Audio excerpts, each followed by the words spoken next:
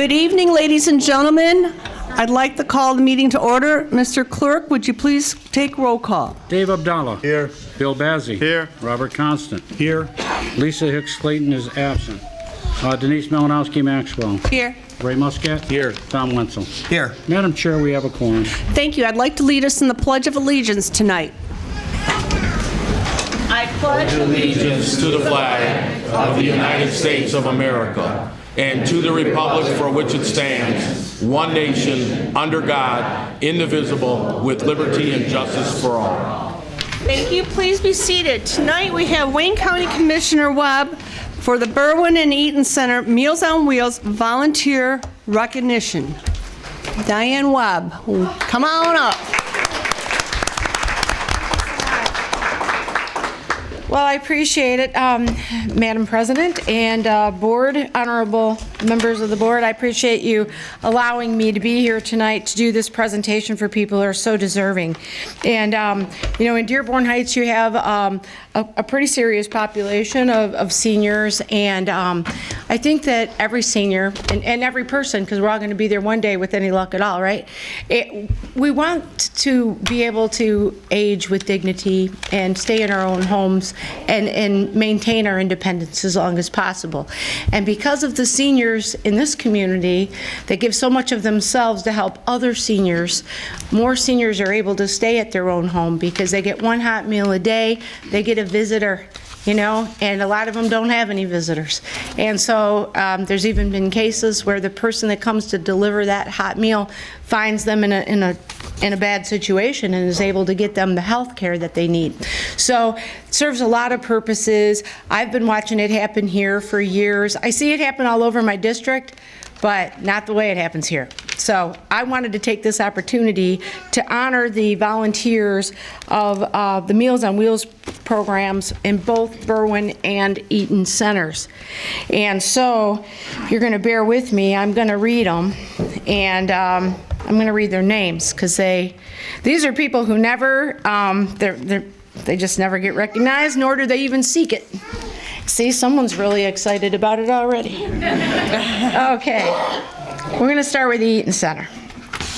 Whereas it is with great pleasure that the members of the Wayne County Commission recognize and bestow due honor upon the volunteers who work with the Eaton Center Meals on Wheels program in Dearborn Heights. And whereas the Meals on Wheels is a nonprofit-based service, this senior lunch program at the Eaton Center is federally funded and directed by Wayne County Office of Nutritional Services and the Senior Alliance. The on-site coordinator and her group of volunteers coordinate meal delivery to homebound seniors Monday through Friday each week. And whereas the Meals on Wheels volunteers provide a hot, nutritious meal each day, both in congregate settings and to homebound persons, enabling them to maintain their independence and continue lives in their own homes. These frequent in-home visits provide unique opportunities to meet nutritional needs, combat social isolation, and address safety hazards.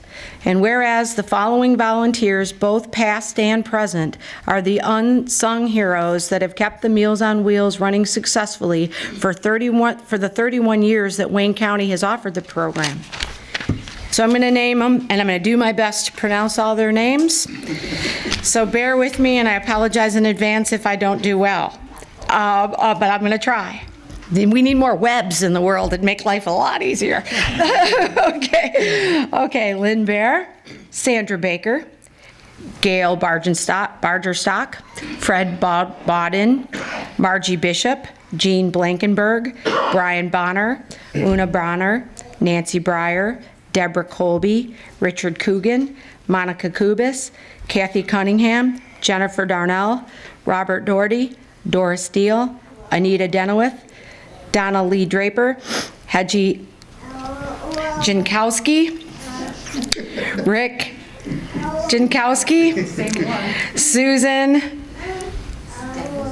Dekowitz, thank you, Donna Eberhardt, Barbara Engler, Jerry Filippi, Phil Filippi, Don Foster, Tom Foster, Jean Grunewalk, Ronnie Harville, Denise Higgs, Ron Houtz, Gary Carl, Kevin Carl, Sandra Carl, Donna Cray, Sue Loster, Nancy Lawrence. Thank you. That W's a V. Jason Leichner, Linda Mahaney, Karen Massetti, Patricia McCoy, Kelly McInnes, Juan Melendez, Al Nason, Morna Parasu, Clarence Richardson, William Rowe, Lewis Scott, Sam Shabalk, Bob Sipple, Jean Sipple, Susan Steffes, Beulah Steele, Pete Totter, Kathy Vale, Mary Jane Watkins, Mike Watkins, Stephanie Wilkes, Patricia Woodby, and the Goodwill Industries of Greater Detroit. Special recognition is given to their longest-serving volunteer, which is Gail Bargerstock, who has dedicated her time to serving Meals on Wheels since its inception as a county-operated program, 30-plus years. So if Gail would come up.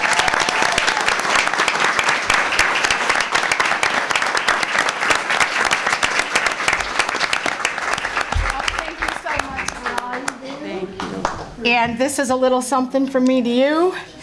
Thank you. And if you would like, you could take this back to the center and hang it on the wall. I will. Okay? All right. All Thank right. you. God Thank bless you. Thank you so much.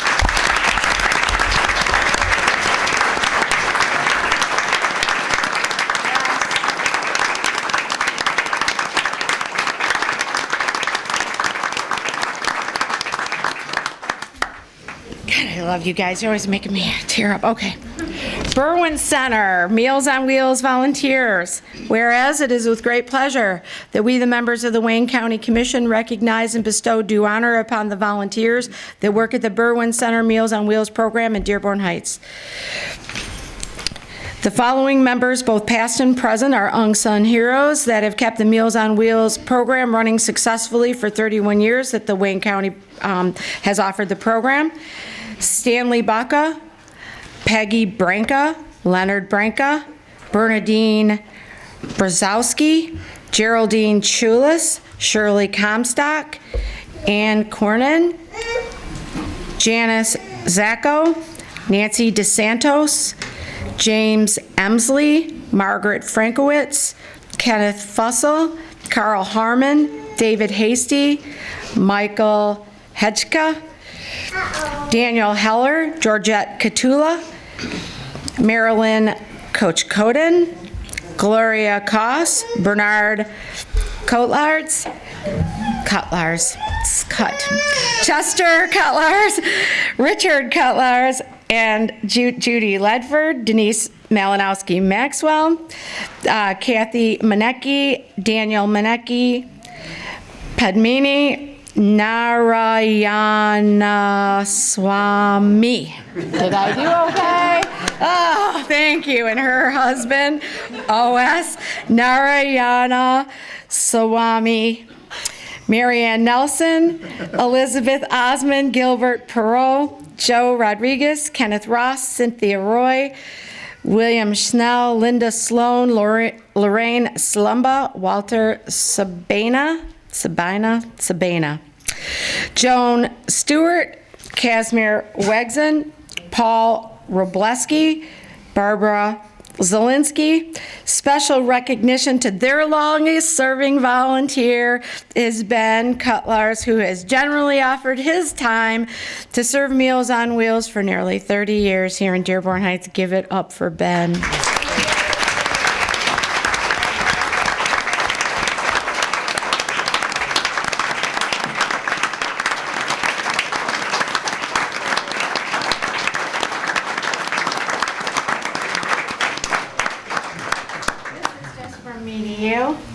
you. This is from me to you. So I get one every time I come visit you. If anybody knows Ben, he is a Romeo. Yep, his lovely way, and we're keeping him. We're going to keep him. So I just want to finish reading this. You can come up here with me, Ben. Okay. Yeah, come on. Okay. It says, throughout its history, the many contributions of the Meals on Wheels volunteers have distinguished the program as one that is deeply committed to the well-being of its senior and disabled citizens with a mission statement and legacy of providing services that enable older people to maintain independent living with dignity.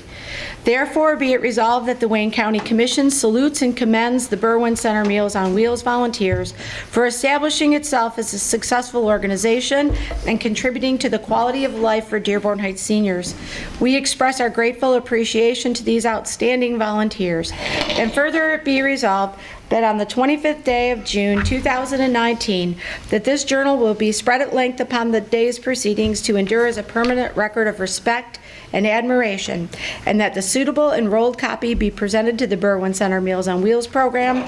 May their commitment to seniors and the disabled citizens resonate among future generations and serve as a positive example for years to come. Thank you so much. Thank you.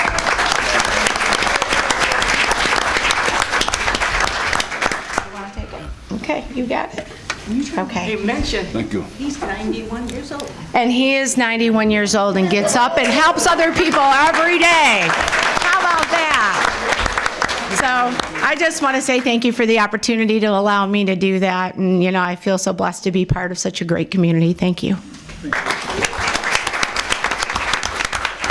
Thank you, Commissioner Webb. Okay, next we have agenda approval. Pledge allegiance. We did pledge of allegiance. I led it. Next item on the agenda, we have agenda approval. Madam Chair, Councilman Abdallah, I motion that we approve the order of business June 25th, 2019, regular meeting of the Dearborn Heights City Council as submitted. Support. supported by Councilman Constant. Is there any discussion? All those in favor, say aye. Aye. Those opposed? The ayes have it. Next item on the agenda is approval of minutes. This is the minutes from the regular meeting of June 11th, 2019. Madam Chair, Councilman Constant. I move that the minutes of the June 11th, 2019 regular meeting of the Dearborn Heights City Council as outlined in 4A be approved. Second. Support. Supported by Councilman Abdullah. Is there any discussion? All those in favor say aye. Aye. Those opposed? The ayes have it. Next, we have public hearing and comment on agenda items. This is items on our agenda now. We allow you to speak for 2 minutes. Step up to the microphone, state your name, and you have 2 minutes on agenda items only. Hi, I'm Dana Parrish, 5614 Grinley Park. I had a point of order first, Madam Chair, if you could clarify. I know you don't normally answer questions, but on coming up to the public microphone and speaking, you're required to give your name and your address, meaning the numbers, correct? Right. Not just a street name, is that correct? People do it either way. There's Okay. really no Okay. requirement, whatever you're comfortable Okay, with. that's fine. I haven't really- Under items 18 and 19, I want to pass this out to members of council and the mayor. 18 and 19 of what? Under current claims, fund transfers and current claims. I'm sorry. Current 6-18 and 6-19. Thank you, thank you. It's for E&N Cement. There are items for $55,000, approximately $116,000. And I just want to pass those photographs out. Those are, I understand E&N Cement did that work last year, and it was the houses on Hanover, the FEMA work. They were supposed to repair that in the spring. It still looks like that now. There's been no repairs on that. I would suggest the council do something as far as that they've got over $160, almost $170,000 in claims outstanding. I would suggest they do something to levy that so that gets repaired. Thank you very much. Thank you. Council Chair? Councilman Muscat, we cannot comment. I'm not commenting on that. Okay. What I'm saying is according to the rules that this council set up back, I believe, in 2016, that current claims were not part of the agenda items. That's true. For further clarification. Okay. But it's well noted. Council Chair, one other thing. They're supposed to just give their name and the street that they live on, no address. They don't have to give an address. Okay, no problem. Okay, sir, you're next. 2 minutes. Your name and street. My name is Amir Macklin, 23756 Michigan Avenue, Dearborn, Michigan. I'd like to comment on the potential ordinance that we talked about earlier in the study session, on the smoking lounge ordinance. There are a couple of concerns that I have in regards to the smoking lounge ordinance as it has been presented to the public as current written. First off, there's the Zoning Enabling Act that I think preempts a lot of what's already drafted in the ordinance. We have hours of operation that are restricted. Many members of the community, especially the ones that are involved in smoking lounges such as hookah use, are members of the Muslim and Arab American faith. When we have Ramadan in the season that comes in Ramadan, we have a restriction on 2 a.m. Usage. I think that the ordinance of itself does not allow for the late in evening hours that Ramadan brings every season. It's a season that I believe is very important to the community and one that should be addressed in the ordinance itself. In Dearborn, there's practice that I, as a practicing attorney in the city of Dearborn and Dearborn Heights, I have to go before members of Dearborn Public City Council and ask for extended hours each and every year. And Dearborn also has recognized that that's not an appropriate use of the ordinance that they have currently. So they've reached out to me to try to adjust their ordinance as it's written now. Second, we have state preemption in the ordinance that you guys have created. The Dr. Ron Davis law is the tobacco use law that the state of Michigan passed in 2009. We have issues that already with the state of Michigan is the enforcement wing of smoking in facilities throughout the state of Michigan. You have to have exemptions to use tobacco products in any facility in the state of Michigan, any business, whether it be a cigar bar, a casino, a tobacco specialty retail shop, or anything of those that is involved in tobacco use. You have to acknowledge and interact the Dr. Ron Davis law into your ordinance as drafted. The state preemption is something that will challenge this ordinance right out the gate. And as it's written now in its current form, it doesn't even mention it. And I think that that's a clear error in the ordinance as drafted. So I urge upon the council to revisit this, to look at two issues, the Zoning Enabling Act and the Dr. Ron Davis law. And also, the third issue that I think is most important is the hour restriction. We shouldn't have an hour restriction on tobacco use. It's not necessary. It doesn't create a nuisance. It doesn't create anything where the public will be impaired by using tobacco, hookah tobacco, or cigar tobacco for that matter. Right now, the way it's written, it's got a cap of 7 lounges in the city. That means that we're stopping further economic development and further business owners from Dearborn Heights is now a sought-after community for, thank you, Dearborn Heights is a sought-after community for this type of investment. It's something that other municipalities are coming and looking at our city in Dearborn Heights to invest in. And we're not talking about... Okay, thank you very much. Your 2 minutes is well Thank up. you. I didn't notice. I apologize. It should have... all right, You have a that's fine. 2-minute limit here. Thank you for your time. I'd urge upon you guys to revisit it. Thank you for your time. Thank you. All right. Madam Chair, if I may. Treasurer? Mr. Clerk? Yes, regarding item 9D, the Old Orchard Pond contract, I noticed in here, section 4.1 states, the person representing the owner to whom requests for progress payments are to be submitted shall be Mr. Walter Prushevich, clerk. This to me is neither optimal nor efficient. The clerk's office has nothing to do with the progress of the, or monitoring the progress, and to have that payment or requests come to us is just, we haven't done that in the past, and I'm asking the council to consider, if you pass this today, to change that to somewhere that a project manager or somebody who would be aware of the progress and would handle the payments as they're normally handled on other contracts. We'll discuss it when it comes up on the agenda then. Okay. Any further public comment? Let's get started. Suzanne Todd, Academy. I'm speaking to item 7B, and I would urge the council to consider advertising for bids. This is something the South End can really use. The playground they have there now, I think, might have been built when I was a kid. So it tells you how long it's in need of repair. So I would urge you to pass this. Thank you. Thank you. Any further public comment?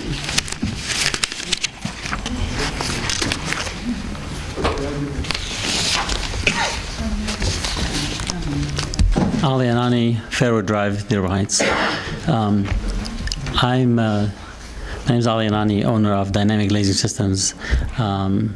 And as you all are aware, my company name has come up several times in the past and has not been approved for payment. The reason for my comment is not about the payment. I'll wait to see what you guys do, but I do want to say that I'm, as a resident and as a subcontractor of the city, a little bit disappointed in all the bickering that goes on back and forth, and it involves other people like me. For example, I have a reputation to maintain it, and quite honestly, since this is a public hearing and it goes on YouTube, I do $4.5 million in business a year, and I have an invoice with you guys for $11,000 that's kind of dragging my name in the mud, which I absolutely have nothing to do with, but it has to do with certain activities within the city council and other departments. That being said, I'd really appreciate it if you guys kind of maintain certain things to a certain level and not involve outside, whether it's residents or contractors of the city.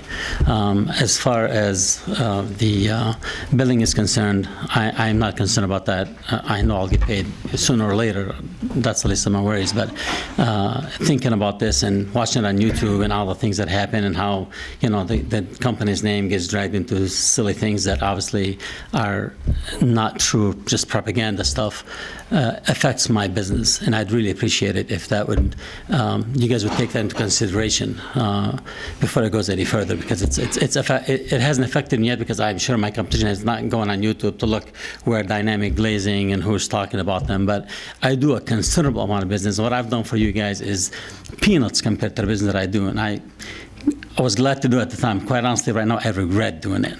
I didn't need the little money that I made off the project for me to be going through this. I've been through this chamber 3-4 different times just regarding this, and it's absolutely unacceptable. Thank you. Any further comment on agenda items? 2 minutes and your name and street, please. Tina Downey, I live on Raymond. Actually, we've lived on Raymond for over 20-some years. I've raised 5 kids in the district, and I'm talking about item number 7. First of all, thank you for putting it on the agenda. Just wanted to voice our feelings for the area. I work with the students at the middle school. There is nothing on that side end to allow our children to play. My kids grew up with me either being there, watching them, taking them somewhere. There's nothing. We've sat there and held our foot against the fence because balls fall up over it. The play skate or the swings over there, very dangerous. Back there by the creek, would not allow them to do that. So whatever we did for our kids, we had to take them elsewhere. And I would love to see something brought back to that side, because if you drive around there at night, there's kids all over the place looking for something to do. And if you can start with the young ones and give them something, an opportunity, let them learn the right way, then maybe we wouldn't have them all over the place. Thank you very much. Any further comment on agenda items? Name, street, and 2 minutes, please. Good evening. My name is Steve George. I'm an attorney at Dearborn. My office is located at Park Lane Towers in Dearborn. And I do quite a bit of work with exemptions, and I'm familiar with the Ron Davis no smoking, the Smoking Exemption Act that was enacted in 2009.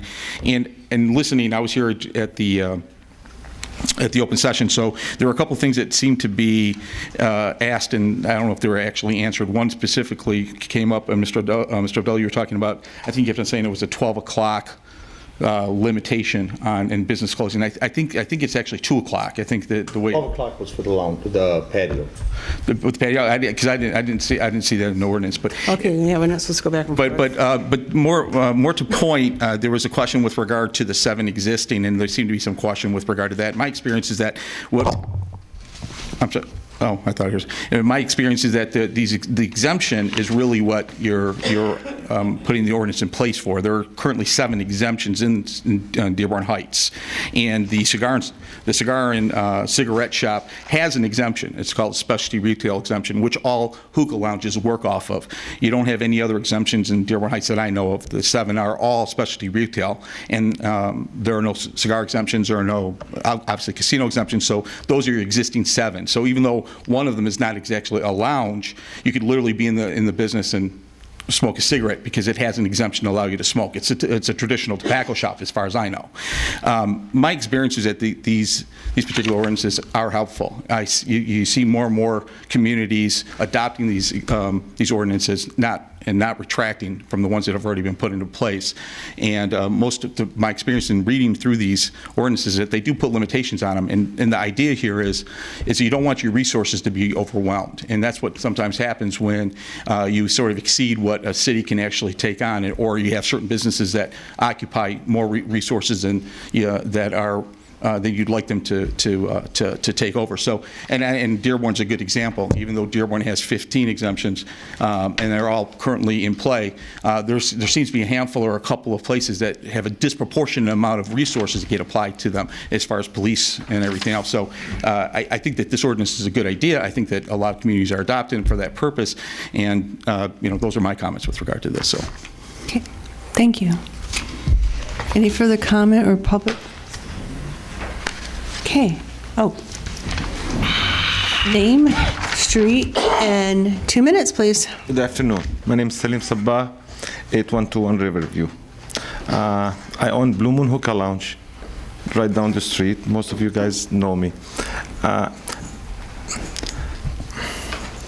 Honestly, I have 3 boys, and all 3 of them are staying with me at the business. I spend like 17, 18 hours at the place, taking care of the place, looking at my customers, looking at the students every day. Every day I have 15, 20 of them studying in the lounge. I don't want people to think that the hookah lounge is a bad place. It's a great place. My kids has 2 options. They either come and work or spend time at the hookah. The option 2 is going to the bar. So I prefer option 1. So I'm expecting everyone here to understand me, and please help me and help the city. Thank you. Thank you very much. Step up to the microphone. You have 2 minutes. Name and street, please.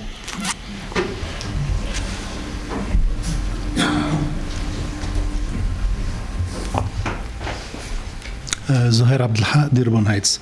I just want to distribute something from the Handbook for Municipal Officials published by the Michigan Municipal League, July 2015. I'd like you to read it before you vote on the 11A.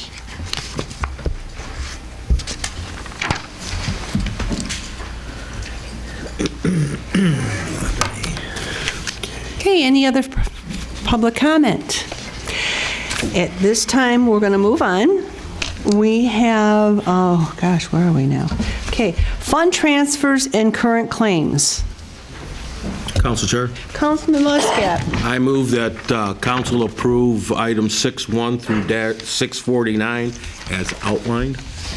Support. Support by Councilman Constant. Is there any discussion? Madam Chair. Councilman Abdullah. I have a question on item 6-44. And that would be Taylor Ford. What's this? Everything's all, it's something different. And this particular one would be for our director, John Selmy. And I just wanted to clarify. This particular one here has cash payment. And I'm just wondering as to why we're paying in cash. My personal preference as a council person that we not pay in cash. I don't know that we paid for cash. It just says. I mean, it's on here. cash. Maybe that's how they write it up for payment, but it hasn't been paid. It's coming to you for approval to be paid. Thank you very much. Thank you. Any other discussion? Chair. Councilman Go ahead. Muscat? This also is the DPW 642. I know it's a very small amount of $64, but it's coming out of the water department for bar chain oil. Bar chain oil is used on saws that cut trees down. So if I can comment on that, I figured that would be a question. So that is shop supplies. That has historically been billed through that account number. And it is an oil company that we also, if you look deeper into that invoice, there's an invoice for $1,400 for a 55-gallon drum of oil. So going forward in this new budget, we're going to address those. So we will break those out by line items, so there will be no confusion on where those are going to be charged. I appreciate that, and the residents that pay the water bills appreciate that. Thank you. Thank you. Councilman Bazey. Okay, there's a few items. The first one, actually, there's few items that fall into this category. 6.2 and 6.3, and it's not who actually put this in. This should be the controller's question. It says the amount budget payment. So, for example, let's use 6.2. 6.2 has the amount budget before payment $20,980.10. Okay, so if you look at that, I don't know where you got that number from. I looked at the budget. What we have left right now, so if we say that this is actually from what with the residue from the last year's budget, it says here 111,000, and the current budget is 155,000. So for example, this one here, that item does not match. I don't know where you got 20,000 from. If you look at item 101440782, that item on the budget does not match the item listed. Comptroller Vance, would you like to address that? Yeah, well, Matthew in my department handles this, but what he looks at, that's the amount that is available at that moment when he did it. Without being at my computer, I can't tell you exactly what amount is available. It's not the total amount of the budget, so if we have budgeted 120 for those supplies, the number that he puts is what was the remaining balance when he prepared this statement. Well, does that answer? Also salt is perfect. Actually, there's a lot of them that are way off. I mean, even 6.3, you have listed here amount of budget. I mean, you probably have to go back and look at these. You have amount budget before payment on this one, 101-300-713-000. It says amount budget before payment, $83,629.51. So if you look at what we have currently, what it shows on the last one that I looked at, 194,000 versus what we have an amended budget is 210, so we need to go back and revisit these items. So Councilman, may I ask you a question? So are you looking at the total budget or the year to date? I looked at both. So the year to date is I can only speak for the AJAC materials. That's also a line item that we purchased salt out of there.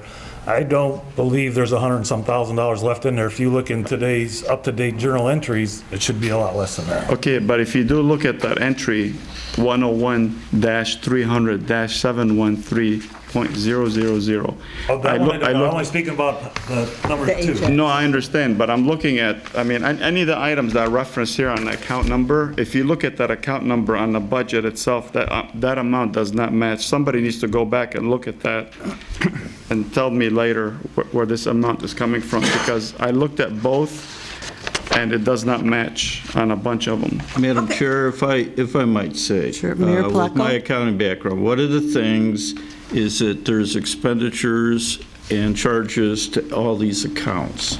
So as the processing of payments and the processing of purchase orders are going, this is a safety valve for those of us in the administration and good accounting that we don't want to overspend any particular dollar. So Matthew will check as to, in the accounting system, what is available before he processes this particular purchase order and payment.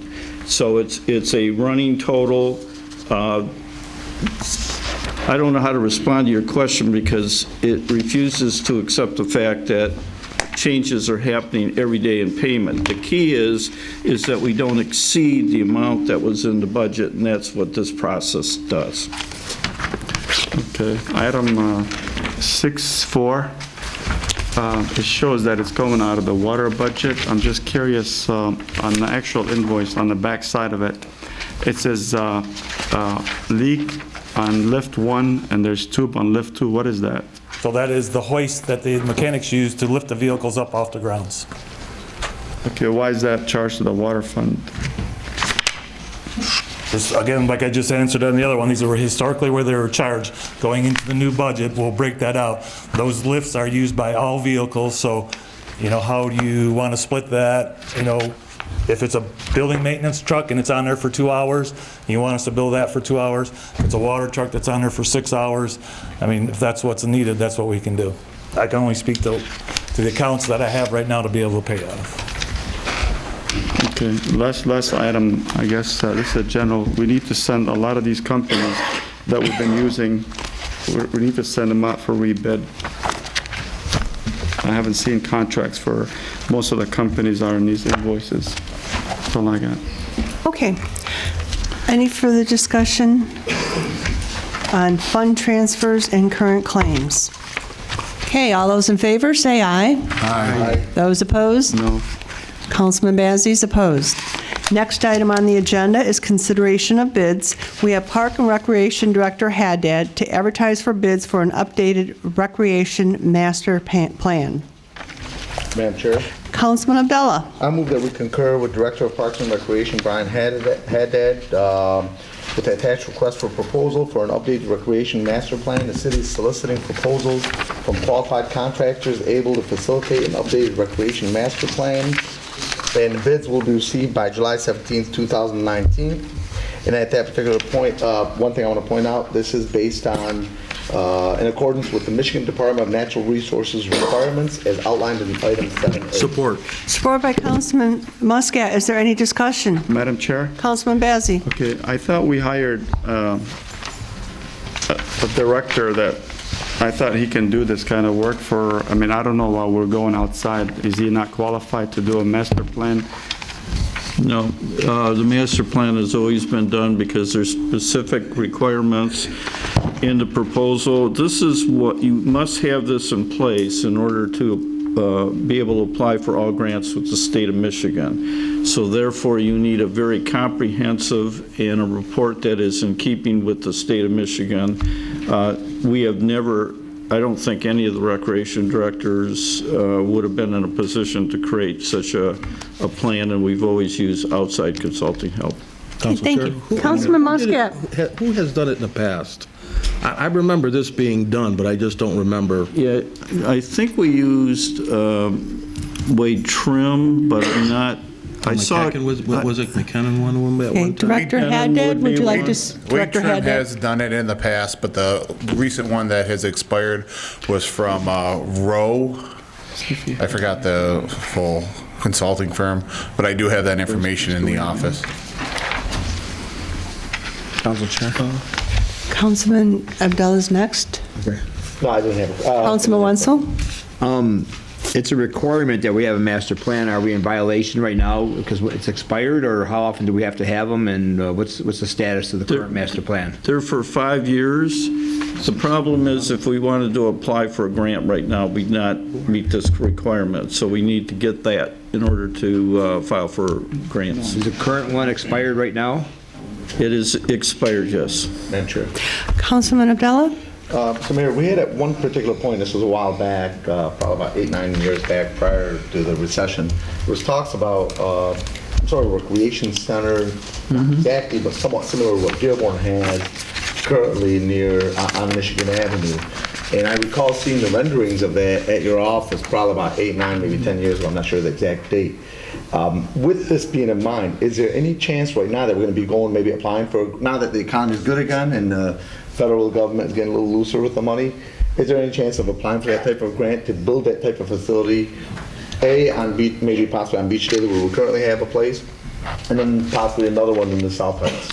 Well, and actually, I had numerous conversations about this when our Councilman Bob Constance was the state representative, because I was on the commission with the Obama administration, and I found out before these grants were actually created, there was a commission of about 100 mayors, and they told us about this program, and it was coming.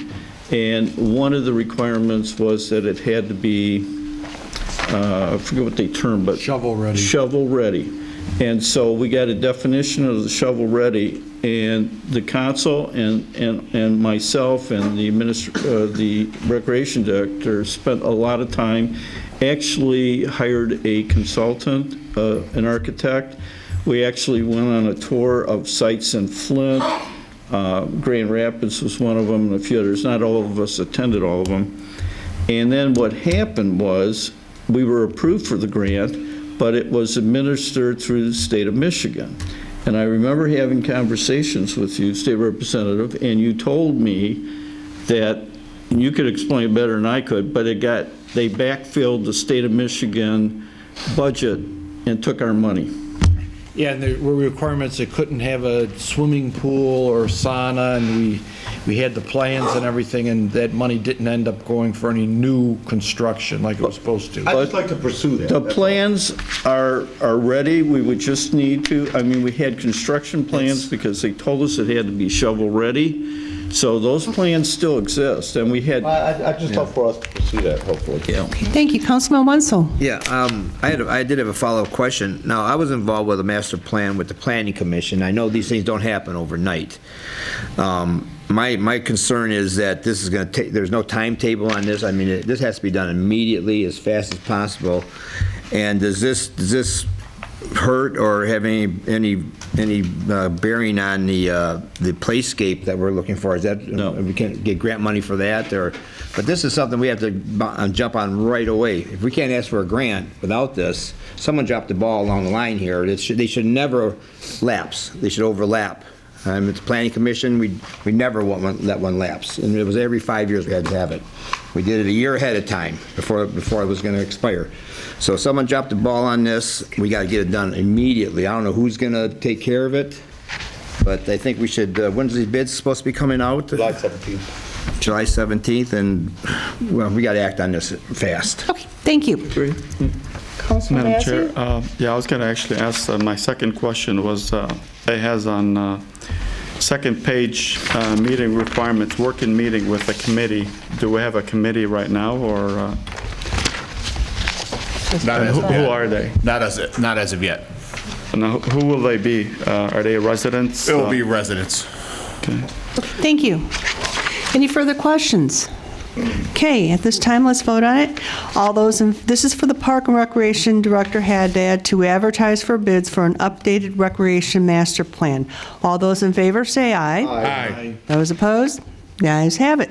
Next, under consideration of bids, we have Park and Recreation Director Haddad to advertise for bids for a new playscape at Swapka Park. Madam Chair. Councilman Abdullah. I move that we concur with Director of Parks and Recreation Brian Haddad, allowing for bid process to take place for the new playscape at Swapka Park. The city is soliciting proposals from qualified contractors able to sell and build a new playscape, and bids will be received by July 17, 2019, and this is as outlined in item 7B. Support. Supported by Councilman Muscat. Is there any discussion? Council Chair. Councilman Muscat. I want this, the residents need it, our children need it, but there's no backup on this. We don't even know what kind of money you want to spend. Director Haddad, would you like to answer? I don't want to have bids that come in at $250,000, $300,000 for something. We should have had some backup on this. Okay, because it gets out of hand without any backup. We have Director Haddad up there to answer the question. Well, as of right now, I met with Gary Barkoff today to figure out sizes, what he was thinking. He's one of our recreation commissioners, and he lives down in that area. I did also go to Heather Lane Park over there, and that is a beautiful playscape over there, and I would like to do something similar to that. Financially, we do have some money from capital outlay, and we're looking at money from the Wayne County Park millage allocation funds. Okay, thank you very much. Again, to follow up on that, it still doesn't give us an idea of what we're going to spend. Do we want to do a study session on this then? Well, I don't want a study session, but I just want to make it clear that things like this come up. We have to have something to fall back on. I mean, we're going to start, I want to get this done and get it done ASAP, but Well, then, I mean, we're going to vote on it. I want to vote on it, but I just want my thoughts of why it needs to be there. Councilman Abdullah? So, Councilman Muscat, are you more comfortable, and I see where you come from, I mean, that's a Right, very we can't valid have an point. open net. And I know for some of the residents, I know they had some concern, I think, I don't speak on behalf of all the council, but I think most of us, or all of us, are all in favor of this. Yeah. So in this particular case, it's just a matter of getting bids out. But maybe one of the things that we can do is maybe amend this not to exceed X. X amount of. But I don't know what one costs. All right, Director Haddad, do you have a number in mind that you're thinking of? Wouldn't be over that. Or would you like to bring this back with a number? We can readdress it at the next I don't have a meeting. definite number in mind, but I do have a booklet from a Miracle Playground Equipment. And I did, as you can tell, I have a couple bookmarks. There's no exact number as of yet, but I don't foresee. Well, what I'm hearing from council, I think they'd feel more comfortable if you brought it back with an exact number. Madam Chair, if I might, the reason that this is kind of critical is we haven't had a recreation director. We had an acting recreation director, but let's not play any kind of blame game or anything. But here's the concern. There was $20,000 in the budget that ends on July the 1st. I don't want to lose that appropriation of the $20,000. I met with the new recreation director, and my suggestion was, and I had a conversation with Mr. Barkoff of the D7 Dads Club, that we work with the Dads Club in formulating a playscape and its location. And then my guess is that with our $20,000 and the match money from the Warren Valley Parks will basically be the budget for the playscape. So that's going to be the amount. That's a ballpark. And Yeah, but that's our not- ballpark. We have no and so figure, and that- I'm not comfortable with that, knowing an amount. So, Madam Chair, Councilman? I'd like to make two proposals. Maybe one, we could just pick a figure, and I'm just thinking between the 20, maybe an additional amount of 75,000. Yeah. That's one option.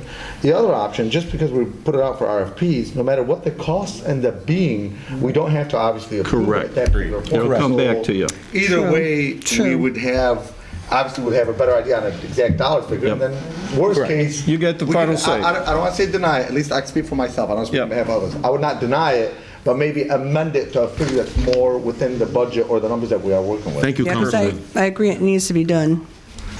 Council Chair, Councilman Wenzel? could we have the director maybe get these, you have a couple companies in mind already for this? Well, it's going to go out for bid. Okay, but One, I'm sure a Miracle will probably maybe bid they on can this. come up with a package that says, this is a $50,000 budget, this is a $75,000 place, And there this is a are- $100,000 place. and That's what the this- bidding process will Yeah. be. Yes. In this right here, it does show some, I Yeah. did Could you some do that, though? has Could you a put that brief- together? Okay, I'm great. sorry. Could you have like a 50, a 75, and a $100,000 playscape? Yeah. Okay. Okay. All right. Any further discussion?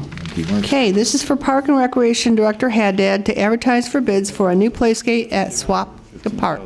All those in favor, say aye. Aye. Those opposed? The ayes have it. Next, we have Park and Recreation Deputy Director Constant, bid recommendation for picnic tables. Council Chair, Councilman Muscat. I move that City Council concur and accept the tabulation of bids for the picnic tables as outlined in 7C. Supported by Councilman Adela. Is there any discussion? All those in favor, say aye. Aye. Those opposed? The ayes have it. Next, we have reports from the mayor. Annapolis High School Annual Homecoming Parade, which will be Friday, October 18th, 2019. Council Chair, go ahead. Councilman Muscat? I move council approve the Annapolis High School to hold their homecoming parade on October 18th at 2019 at 5:30 PM as outlined in 8A. Support. Supported by Councilman Constant. Is there any discussion? All those in favor, say aye. Aye. Those opposed, the ayes have it. Next, we have reports from city officials. The Court Administration Atkins, 20th District Court, and Police Officers Association of Michigan Letter of Understanding. Madam Chair, Councilman Abdullah. I move that we concur with Michelle Atkins, the court administrator, asking for our approval to extend the agreement based on attached letter of understanding between the 20th District Court and the Police Officers Association of Michigan, as outlined in item 9A. Support. Supported by Councilman Constant. Is there any discussion? Madam Chair, if I Mayor might, Plecko? if I might, could you add some language that would require the court to bring what they're negotiating back to the council and the administration? And I say that because the last negotiations, I had a discussion with our city treasurer, John Riley, and they had an early out program and some other benefit programs, and I'm not sure everything's affordable. Well, why don't we just refer it back to them and have them bring it forward complete the way it should be?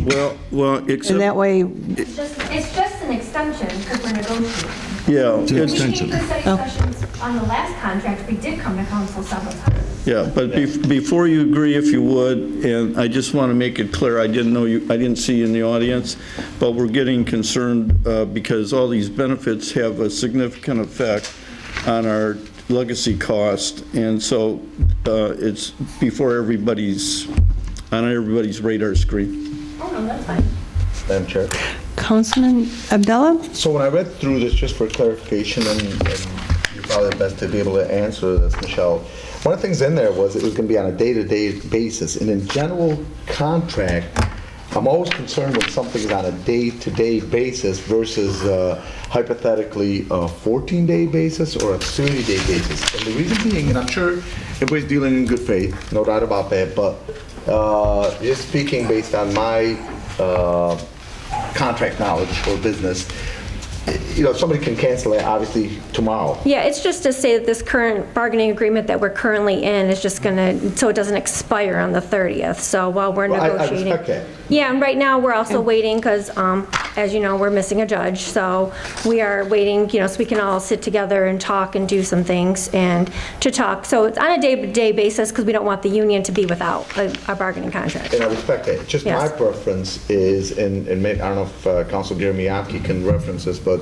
I think it'd probably be, in my opinion, better maybe on a 14-day basis increments versus day-to-day basis increments. Well, if I may, Council Chair. Council? My recommendation would be to go with this for the time being, but to have the negotiating team for the court to meet in a closed session, to meet with the administration and also to meet with the city council, because ultimately it's going to need to end up coming back, consistent with what the mayor said, and before they potentially take positions that this body might not be comfortable with in terms of funding, and that the administration might have a difficulty with. So perhaps language to approve this on a day-to-day basis, but to also set a closing or schedule a closed session in the future for them to advise the administration and the council body with regard to the plans for the negotiations. Thank you. Okay, any further discussion? Council Chair, I think we need if we want to adopt that, we have to redo our Go ahead. motion. I didn't make the motion. I made the motion. Councilman Abdullah? So just for clarification, you want us to amend this to move this to a closed study session only? And obviously, we're not going to vote on it. No, to approve this and further to have the matter scheduled for a closed session in the near future, in the next 30 days, with the council's body and the administration to discuss plans. Okay. So I amend my motion to amend this to move to a closed session within the next 30 days with approval of the letter of understanding. Letter of Understanding. Support. Supported by Councilman Constant. Any other discussion? Madam Chair? Councilman Constant? I remember when this issue came up before, we wanted evaluation from as to the cost of the pension fund and so forth with some of the early outs, so that's something we might keep in mind also. Okay, thank you. Any further discussion? I can let you know right now, there's going to be no discussion of early out, so that won't even be on the table. Okay, thank you. Okay, any further discussion? All those in favor, say aye. Aye. Those opposed, the ayes have it. Next, we have DPW Director Selmy, authorization to sign Dearborn Tree Services contract. Council Chair, Councilman Muscat. I move that City Council approve the tree trimming and stump removal bid to Dearborn Tree Service and have the mayor and the city clerk sign a contract as per 9B. Support. Support by Councilman Constant. Is there any discussion? All those in favor, say aye. Aye. Those opposed, the ayes have it. Next, we have DPW Director Selmy, 2019 Bridge Inspection Program authorization. Councilman Abdullah. I move that we concur with Director of Public Works, John Selmy, who has reviewed and concur with the Wade Trim's letter dated June 13, 2019, to proceed with the inspection of the 25 bridges under the City of Dearborn Heights jurisdiction. And the department is requesting authorization for Wade Trim Associates to complete the bridge inspections as outlined in their scope letter in an amount not to exceed $25,000 as outlined in item 9C. Support. Support by Councilman Constant. Is there any discussion? Council Chair. Councilman Muscat. Some of these bridges fall in the Tifa area, and I'd like to know if Tifa can pay for some of this, and also CDBG. Since some of them are in a low, moderate area, we do sewer repairs and new sewers. They may be able to get some of this money, this $25,000 down, if we can use CDBG and Tifa money. Sure help, anything that would help, since the money's already been captured. Something to look at. Why can't we use, is there Mr. Hashem or somebody from Chris Klemchuk? Can you use TIF money for those? Well, why Mayor? not? It's in the area. If they're in the TIF district, why can't we use it?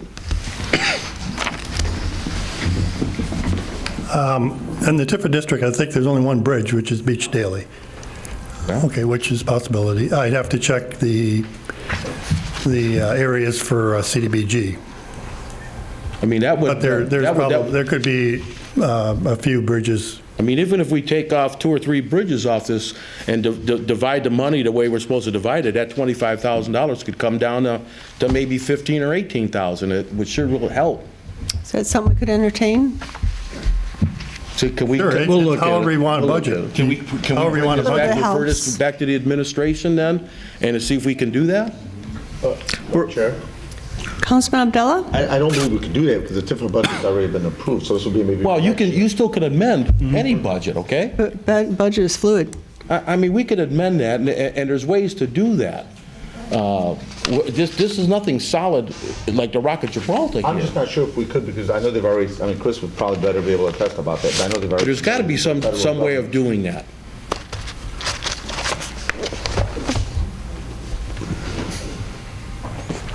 Just for my clarification, the inspection program is just that, it's an inspection, it's an administrative type of, yeah. We could look at that, obviously, under our administration dollars. Obviously, we're capped. We do have an upcoming budget that, well, it was just approved. And we could look at our administration dollars and see if there are the areas, like Dan said, if some of those bridges are in the low mod area, it has to qualify under national objectives for CDBG, but we could consider that under our admin and work with the administration to see if that's feasible. I would greatly appreciate we do that, because every little bit that we save, we save. Okay, thank you. Thank you. Thank you. Again, can we refer this back to the administration? This is only for the inspection, this is not for the repairs. I know, that's what I'm talking about for the inspections. The work has to be done before September 15th, so if it takes time to determine the budgets, we do need time for the inspections. Why don't you approve it, we'll look at... No, we can work on... Well, I want to make sure that we have this on the record, that we bring this back to see what this is. Thank you. Okay. Any further discussion? All those in favor, say aye. Aye. Those opposed? No. Councilman Muscat is opposed. Next item on the agenda, DPW Director Selmy, the Old Orchard Pond Restoration Project Contract Execution. Our clerk, Savage, asked that he be removed as the person that you go to in regards to this, so we're going to have to come up with some kind of wording or have Director Selmy, refer it back to Director Selmy to come up with a name besides the This clerk. contract has to be approved by the end of the month, I think. Right. Am I Well, the correct? still other got thing, the reason the clerk's name's there is that ultimately that's where the progress payment goes to get paid. It goes through the administration and the department to review and make sure it's correct, but it does go to the clerk's office for the agenda. So that's the reason his name's on the contract like that. Now, we could put Mr. Selmy's name on Okay. if you like, but that's the reason the clerk's that would name's- work. We'll substitute Director Selmy's number for Clerk Prusevich. Or vice versa. Other way around. I mean, that's what I'm saying, vice versa. You got it. Support. Support by Councilman Muscat. Is there any discussion? Madam Chair? Councilman Abdullah. I had a question for our council attorney, Gary Miyake. Has this been reviewed by you? I had previously reviewed this pretty briefly. It was based on prior request for proposal. So this is fine as is. I'm concerned that we would do anything to change it at this time. That would be my only concern with regard to... The concern I have is ultimately, obviously, we're going to be approving it, but I just want to make sure that it has, being No, that it it's a should legal be- contract, it is approved by you. Yeah, Mr. Brooks, I believe, stopped by last Monday and dropped it off, and I reviewed it, and... You're comfortable with that? Yes, that's correct. Okay, This is the same one, right? Yeah, if you recall, when we awarded the contract, or awarded the bid, the council requested to see the contract. Correct. So this is the follow-up. But I just want to This make is sure the our contract. attorney's reviewed it and Yes, he approves has. of it. Yep. Okay, thank you. Any further discussion? All those in favor? Mr. Clerk? Who is going to make that change in the contract? Who's responsible for that? We'll do it. We'll change it. Director Selmy. Thank you. Okay. Any further discussion? All those in favor, say aye. Aye. Those opposed? The ayes have it. Next, we have DPW Director Selmy, 2017-2018 Water Main Replacement Program for Annapolis Avenue, Warren Road, and Telegraph Road. Certificate for payment number 10 and change order number 1 approval. Council Chair, Councilman Muscat. I move that council approve the change order as outlined in 9A. It's too long to read, to keep reading out, but it's a decrease of $294,729.30. So that's good enough for me. Supported by Councilman Abdullah. Is there any discussion? Madam Chair? Councilman So I Abdullah. had a question for Director Selmy. Although obviously I'm all in favor when we have any type of reduction on anything our residents or the administration or the city's paying out. But I've always been curious with this type of stuff. How, when I looked at the contract, I know it's, $1 million plus, but that's a pretty significant amount. So my concern is not so much in the discount that we are getting now, which obviously I'm all in favor of and approve of. My concern is when this stuff is initially bid out, how are they so off with the price?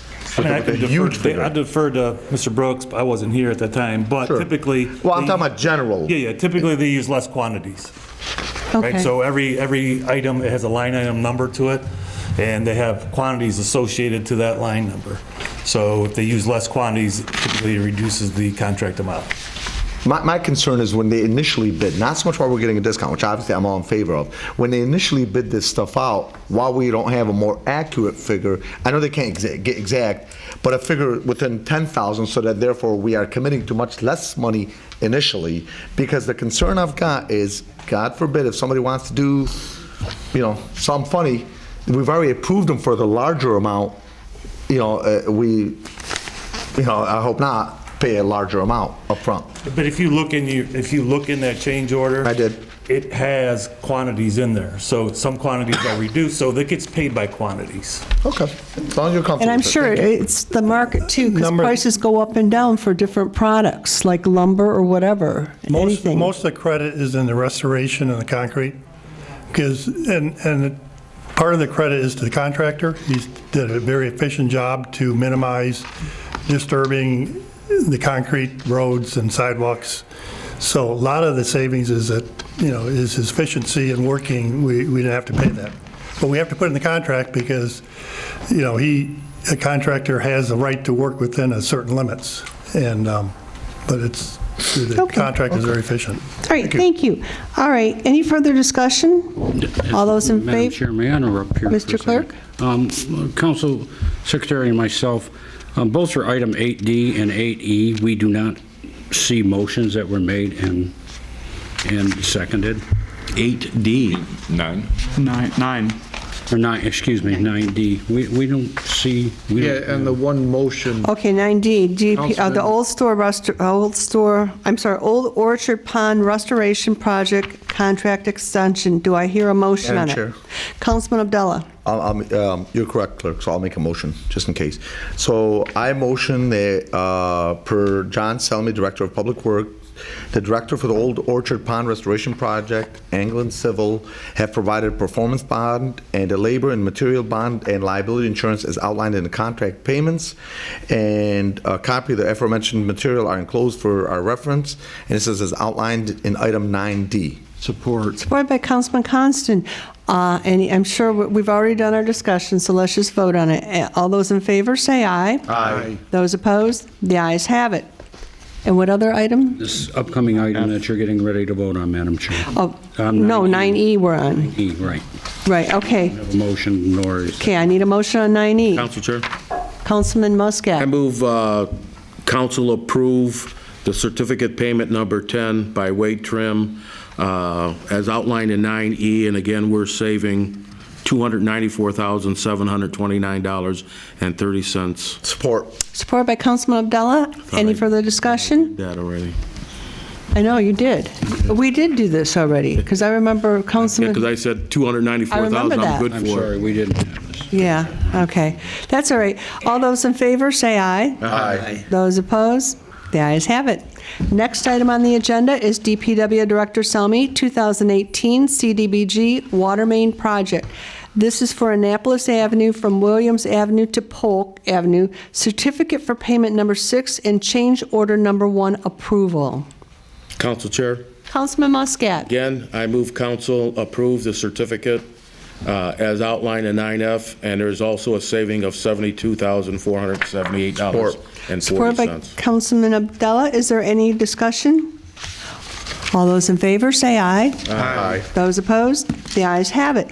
Next, we have DPW Director Selmy, 2019 Water Main Improvements for Joy Road, Silvery Lane, and Warren Road Design Authorization. Madam Chair, Councilman Constant. I move we concur with our Director of Public Works, John Selmy, and approve the water main improvements as outlined in 9G. Support. Supported by Councilman Muscat. Is there any discussion? Council Chair, Councilman Wenzel. are any of these, have these gone out for bids yet, or? No, this is authorization to design the project to be able to go out to bid. Okay, who designs the project? Is that Wade Trim? Wait, John. Okay, all right, thank you. You're welcome. Any further discussion? All those in favor, say aye. Aye. Those opposed? The ayes have it. Next, we... You're welcome. Next, we have Fire Chief Brogan, permission to purchase EMS equipment, Beaumont Foundation. Madam Chair. Councilman Abdullah. I move that we concur with Fire Chief David Brogan, requesting authorization to purchase 2 Lucas 3 chest compression systems. The total cost is $30,521.44, with payment upon receipt as outlined in item 9H. Support. Supported by Councilman Muscat. Is there any discussion? All those in favor, say aye. Aye. Those opposed? The ayes have it. Next, we have Comptroller Vance, clarification of budget motion and 2019-2020 corporate fund budget.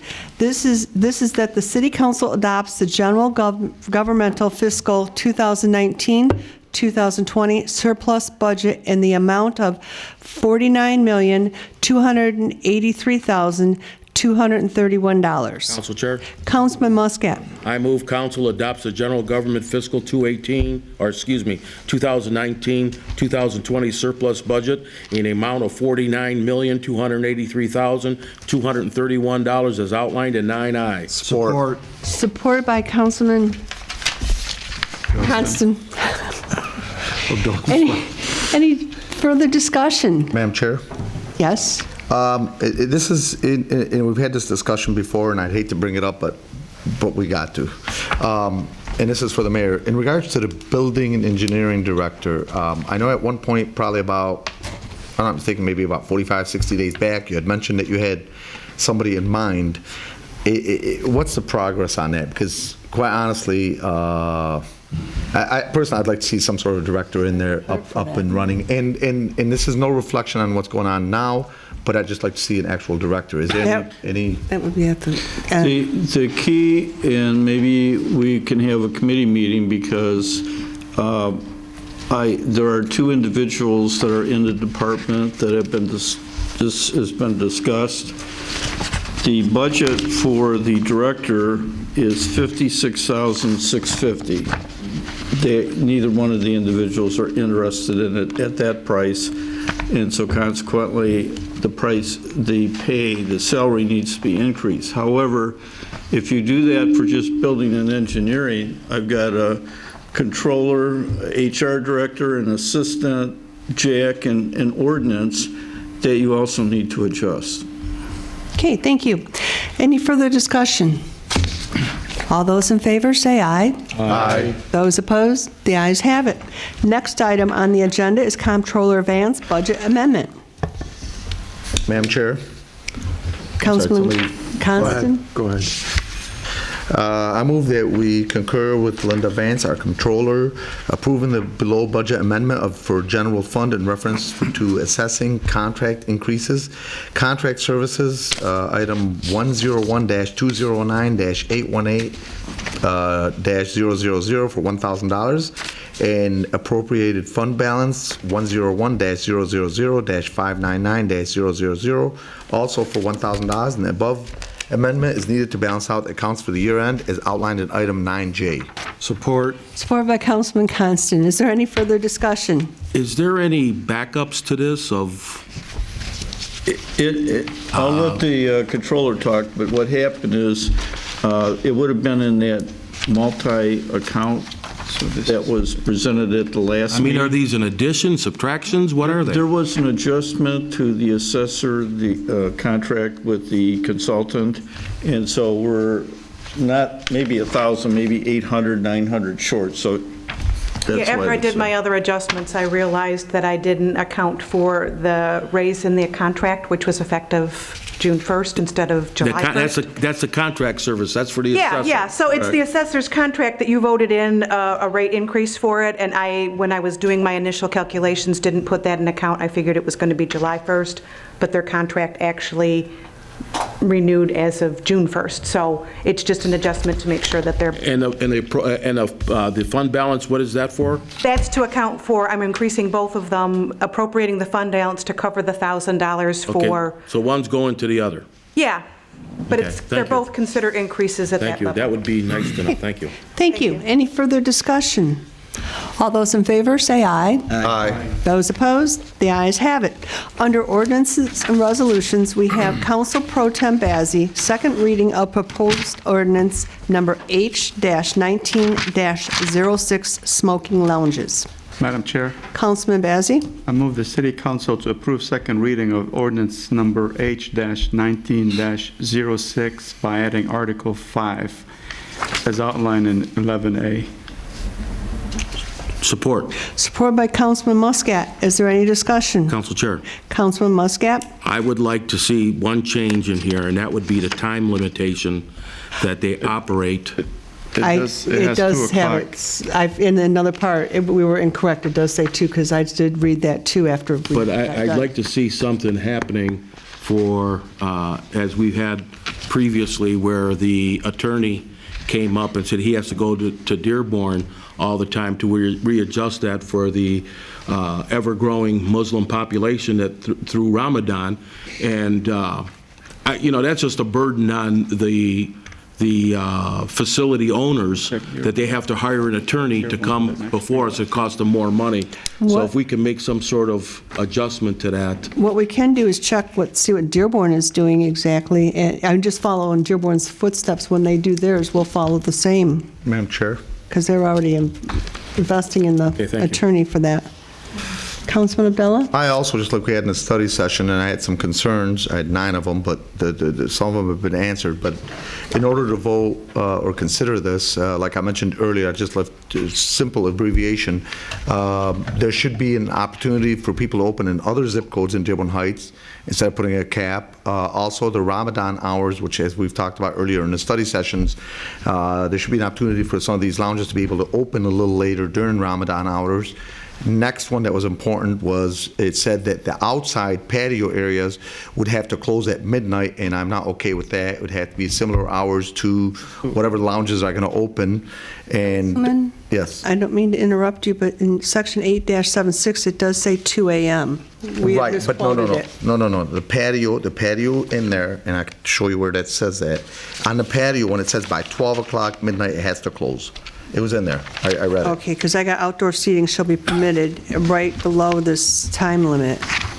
Which, where you were reading So that? 8.8-76. Because I think that, and you know what, we may want to in the future look at something where we can cover all But this is not the one Ramadan- that's addressing the Let me say patio. something. Yeah, there's one, I'm sorry, go ahead. We may in the future want to look at some kind of ordinance that would cover all Ramadan activities for everybody across the board during that time period to have certain hours, and that might make this much easier for everybody. I personally would like to see that as a part of this. Right now, I'd like to see some adjustments now instead of saying for the future. And there was something in there on the patio where it did say by 12 midnight. I'm 100% sure on that. It did say that. And then the other thing, like we talked about, I don't believe in capping these particular places of business at 2 a.m. Since there is no liquor license involved with these, if a particular business wants to open until 3 a.m. or 4 a.m., and there's people in there, and there's no commotion, there's no problems with the police department, it's their right. So I don't believe that we should dictate as a government to say to some of these places that you got to close by 2 a.m. and you got to close the patio by 12 2 a.m. noon. is what they're currently closing at. We don't need to change what they're already doing. We're keeping it as is for the businesses that are already there, is what I'm reading here. We're not making any changes telling them they have to close any earlier than they're already accustomed to.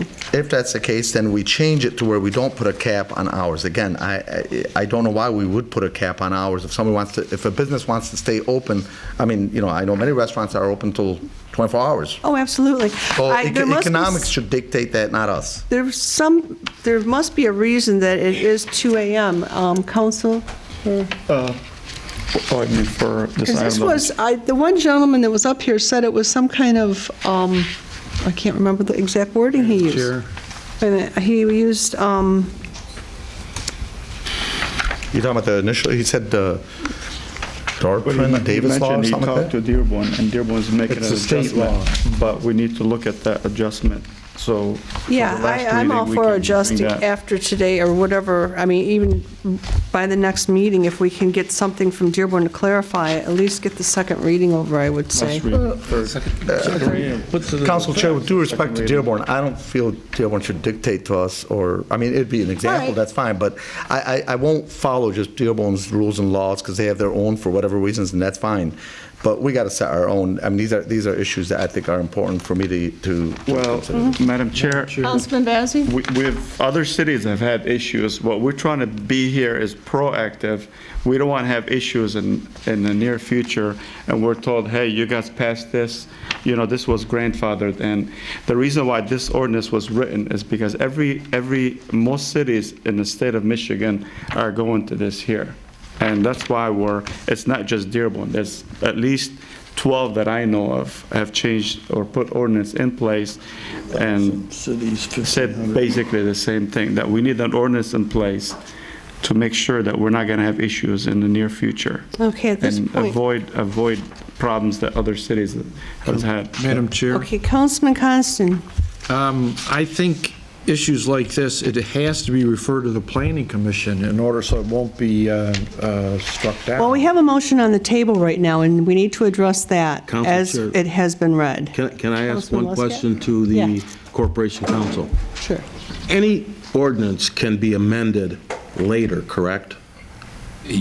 Well, not all, if it involves a contractual obligation. or Well, but I'm duty, just saying, no. something like this could be amended and be changed, correct? It could be amended. As I stated before, this really Okay. needs to go to the planning commission. But it could be amended. Okay, that's what I wanted to hear. Okay. Any further discussion? Councilman Wenzel. Question. Now, if we make these changes, we don't have to do another 3 readings, do we? It's only 2 readings. Yeah. 2 readings. You have to do 2 readings. After the changes are made? When we decide to make the changes. All right. Okay, any further discussion? Council Chair, if I may, just wanted to once again say there are many problems with this ordinance, and frankly, I think it would violate the Zoning Enabling Act if this ends up being adopted. A second reading puts it into effect after Right. it's published. But we do have a motion on the floor, and we do have to address it. At this point, is there any further discussion? Mr. Clerk? Madam Chair, just before you vote, we would just like some clarification here.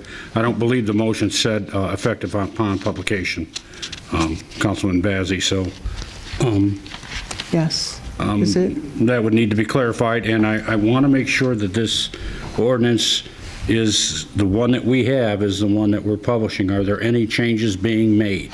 There was today? none at the table tonight, Okay, thank you. Oh, well, or except, yeah, I mean, it was at the table. and what was it? Well, I've already made the concerns in the study session. If you'd like, I'd be more than happy to go over them again. No. But we've already made that That's concern. okay. Do I sign it illegal? At this point, we do have a motion on the table, and you can vote either way. As immediately, as approved. Okay, Publication. Yes. all right. So, Council Chair, just for clarification, so, because I don't want no discrepancies later, so we're voting on this as it is currently presented with no changes, correct? Yes. Yes. Okay. Okay. All right, at this point, this is the second reading of proposed ordinance number H-19-06. All those in favor say aye. Aye. Those opposed? No. Opposed is Councilman Constant and Councilman Abdullah. Ordinance, motion passes. Okay, next, we have new business. License renewals for High Grade Steakhouse located at 25240 Ford Road. We also have the Dearborn Heights Moose Lodge at 27225 Warren, and Cooper's Garage located at 21244 Van Born. Council Chair?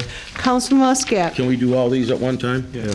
I'm going to add on to it Section B, which also includes solicitation license application for the Kiwanis Club of Dearborn for September 6th through September 9th, 2019. Council Chair, I move that City Council approve the business licenses to the businesses at hand, and for the solicitation license application, Kiwanis Club in Dearborn is outlined in 13A and 13B. Support. Support by Councilman Bazey. Is there any discussion? Madam Chair? Councilman Constant. I don't know. Clerk, can we do the solicitation license for the peanut sale, for our Kiwanis Club peanut sales, part of that same motion? I think it should be separate. Okay, let's separate it then. Right now, we're going to say business license renewals for High Grade Steakhouse, Dearborn Heights Moose Lodge, and Cooper's Garage. I move that council approve the business's license for the businesses as outlined in 13A. Second. Supported by Councilman Bazey. Is there any discussion? All those in favor, say aye. Aye. Those opposed? The ayes have it. Next item on the agenda is solicitation license application for the Kiwanis Club of Dearborn, September 6th through September 9th, 2019. Madam Chair? Councilman Constant. I move we approve the request for a solicitation license for the Dearborn Area Kiwanis Club for our annual peanut sale as outlined in 13B. Supported by Councilman Bazey. Is there any discussion? All those in favor say aye. Aye. Those opposed? The ayes have it. Next, we have comments from council members and table. Mr. Clerk, I know you have some election information you want to give us. Okay, thank you, Madam Chair. The election is going to be here quicker than we realize. July 2nd, a week from today, we will be mailing out the absentee ballots. A few things I want to point out. We've been in meetings with the county and the state and over several different things. The state has mandated that we use certain pens, either a Sharpie or a gel pen. Okay, so when you go to the polls, the pens will not be attached anymore. You can't use a regular ink pen. It must be a Sharpie. And our wonderful camera woman, I don't know if you could focus in on that. We have ballot instructions. What the state and the equipment manufacturer are saying is that many of the problems are as a result of wrong pen usage and improper ballot marking. So we have clearly here, and if we want to put this on after, we can get a better shot. But clearly on here, we have in bright yellow, there's different colors, how to mark the ballot. Please pay attention, folks. I have an enlarged sample ballot. You must fill in the entire oval. The equipment will not read if you mark an X, will not read it if you circle the oval, will not read it if you have a quarter oval filled in. So please, if you're at the polls, so you're, my poll worker, Mrs. Breyer, is smiling there. If you're at the polls and you have to keep putting it in and taking it out, and then we discover that it's just because you didn't fill in the whole thing or you put an X on there. So we're going to ask you to pay attention to save yourself and a lot of other people time and aggravation. So with that being said, your absentee ballots, those will be coming. You will get your envelope, your ballot, and I'm sorry here, but your secrecy sleeve. When you get your ballot, you fill it out, and once again, on your secrecy sleeve, the instructions on how to fill in the oval. It's very important to color in that entire oval. You'll put your secrecy sleeve ballot inside the secrecy sleeve with the ballot number showing. Do not rip it off. Put it inside this for mailing. You must sign it. You must sign it. We must check your signature when the ballot comes in. If you don't sign that line, we will be notifying you. You will have to come in and get your ballot and sign it, or we will have to spoil it, and you will have to get a new ballot.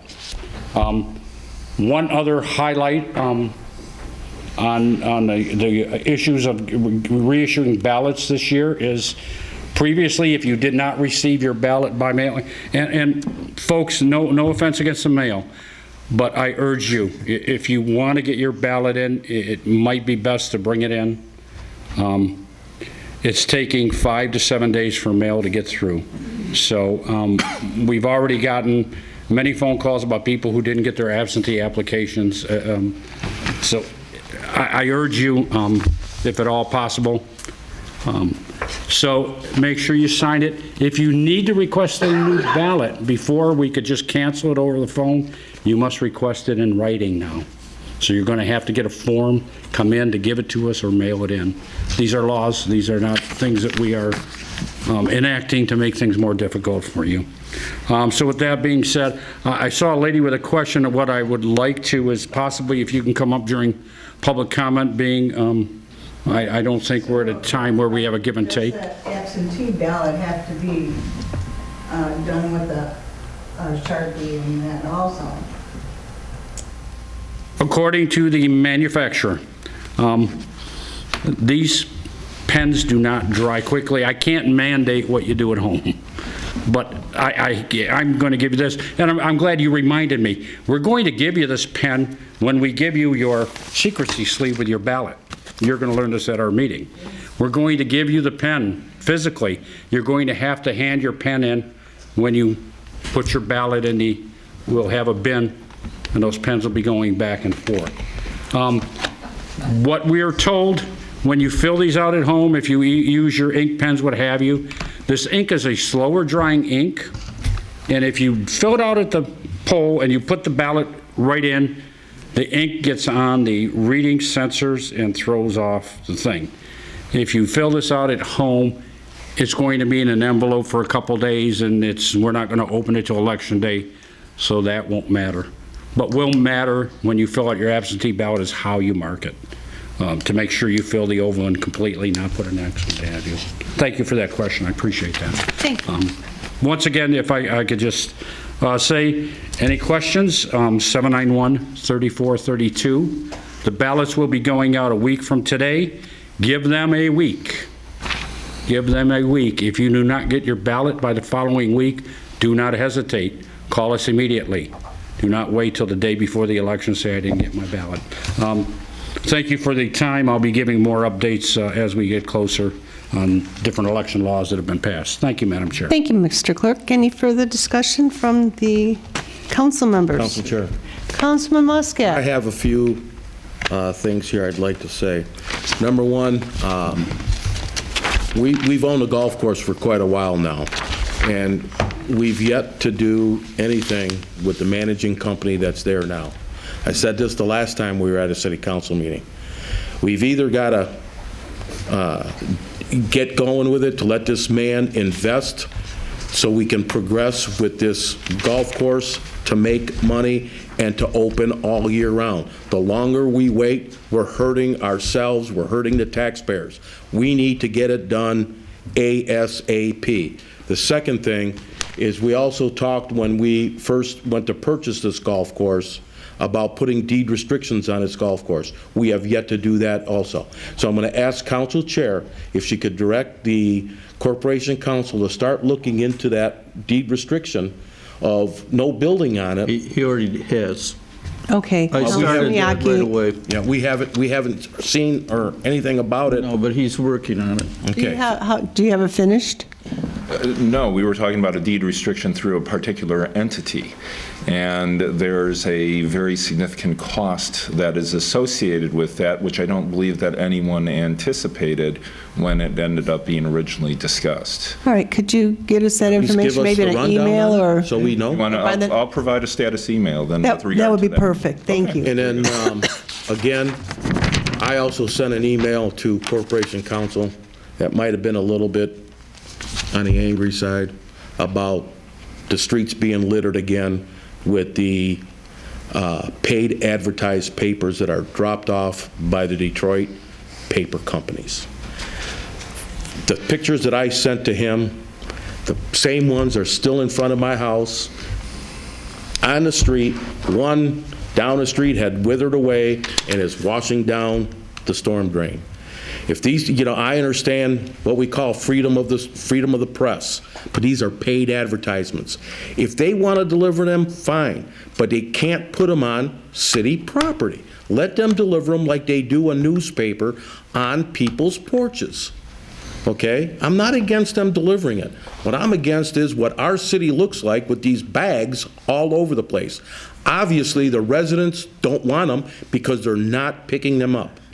Okay? And they can tell me all they want about you can call in and get it stopped. They don't stop. Right. They don't stop. Madam Chair. So even a letter from this organization, this body, this administration, this attorney, to them and recommended that they put them someplace other than city property. We're not going to try to stop them. They just got to put them somewhere else. We used to have, I remember as a kid, we'd be paid 2 cents for a mailing that we'd put on somebody's door, okay? They can do that. But no, they want to drive around and just throw them in the street. Okay. That's the other thing. Now, another one is we had a street light that was down at Sheridan and Inkster for about 3 or 4 weeks. Somebody put caution tape around it. It was down and still down. But I did today finally get a phone number to call DTE to our representative. It's being taken care of. So the residents who called me, it's being taken care of now. And the other thing I want to ask Mr. Mayor, the ordinance that I wrote on 12/11/18, H18-07, a car marking, have you signed it yet? I don't have it. You haven't. All you got to do is sign it. I don't have a copy of it in my office. Mr. Clerk, can we get can you that over supply there? him a copy of that ordinance to be signed? And those need to, that ordinance needs to be completed and everybody's car get marked. There is, my car has been parked for a few weeks now, but this council agreed back in December that we could bring an appeal for certain department heads. Would you set that up? Because as far as I know, the survey I took, there are 3 cars that are not marked. No. We just had, excuse me, Council Chair, we just had one of the directors post on social media, on Facebook, about residents complaining about an ordinance vehicle, a white van going up and down doing something. The ordinance director said, no, all ordinance vehicles are marked with ordinance. No, they're not. His isn't. Right. This is why they need to be marked, so the residents know exactly who it is. This is, the state of Michigan marks their cars. The President of the United States has a mark on his car. The President of the United States has a seal, and there is no bigger target on the planet than the President of the United States. And he also has security, and it's a security issue for Jack. If it's a security issue and he's doing something, that's a police issue, and let the police do their job. Well, we disagree. Well, you can disagree all you want. The ordinance is passed, and it needs to be fulfilled. Okay, thank you. Madam Chair. Councilman Abdullah's next. Well, mine just want to concur with Councilman Muscat in regards to those papers that are thrown all over people's houses. I do know that nobody, we had a conversation about this, and I recall in the study session at the time, the biggest issue was freedom of speech, which I believe in freedom of speech, but I disagreed with them being able to throw their, well, look, I'll just call it the way it is, at least in my opinion, garbage at my house and anybody else's house, unless people opt out for wanting this. And you're right, Councilman, when you do call the particular organization without naming them, I mean, you might as well be able to, I think you'll get through to the White House much easier to be able to get it taken off, and they don't. For whatever reason, it stopped at my house, thank God, but it well, does you kind of continue. got a little bit of a gated community, so it helps. But everybody that doesn't live in a gated community has this stuff thrown all over. And I'm going to tell you, when our street sweepers go down the street, and we just paid an ungodly sum amount of money for 2 new ones, when they get clogged up and get damaged, who pays for that? It's the residents of the city of Dearborn Heights, not the Detroit newspapers, okay? Maybe we should back charge them for repairs to our street sweepers. Okay, Councilman Bazey, please. So I asked a few months ago, I need a list of vehicles that the city owns. Where are we with that request? Comptroller Vance, do you have a list compiled yet of all the vehicles owned by the city? I have my intern working on that right now for verification. So we went through all the titles and we're comparing it to what we have on our asset system. So shortly, he's still working on it just to make sure that we're accurate. Okay, because we need to bounce any invoices that we have. As we saw today's invoices, there was repairs to many vehicles. I wasn't sure who they belong to. That's one. Second one, I don't understand why we're using city vehicles also on weekends or days that are not being worked, because our charter says 18.3, private use of public property. You know, it is a public property, and I don't know why the city's using, or city employees using vehicles outside their working or office hours. For his own personal. I don't know what you're talking about. You don't know if no. It's Okay, 18.3 in the charter. I understand it's in the charter, but I don't know what vehicles you're referring to. Okay, so what are the vehicles that the city owns that people are driving when they're finished with them at the end of their shift? Are they leaving them behind or they're taking them home?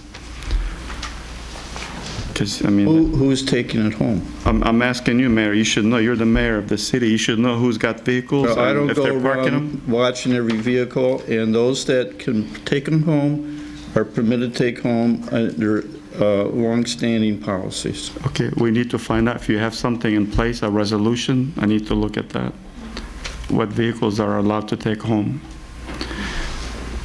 And the other last item, it was mentioned by one of the residents at the last meeting that the Department of Building and Engineering, I agreed, they do have the old director on here, and that the one inspection has, or the certificate of occupancy was dated in June 6th, and it was notarized by the city. So I don't know if that's fraud, or if you can't notarize something that it's not it's not correct.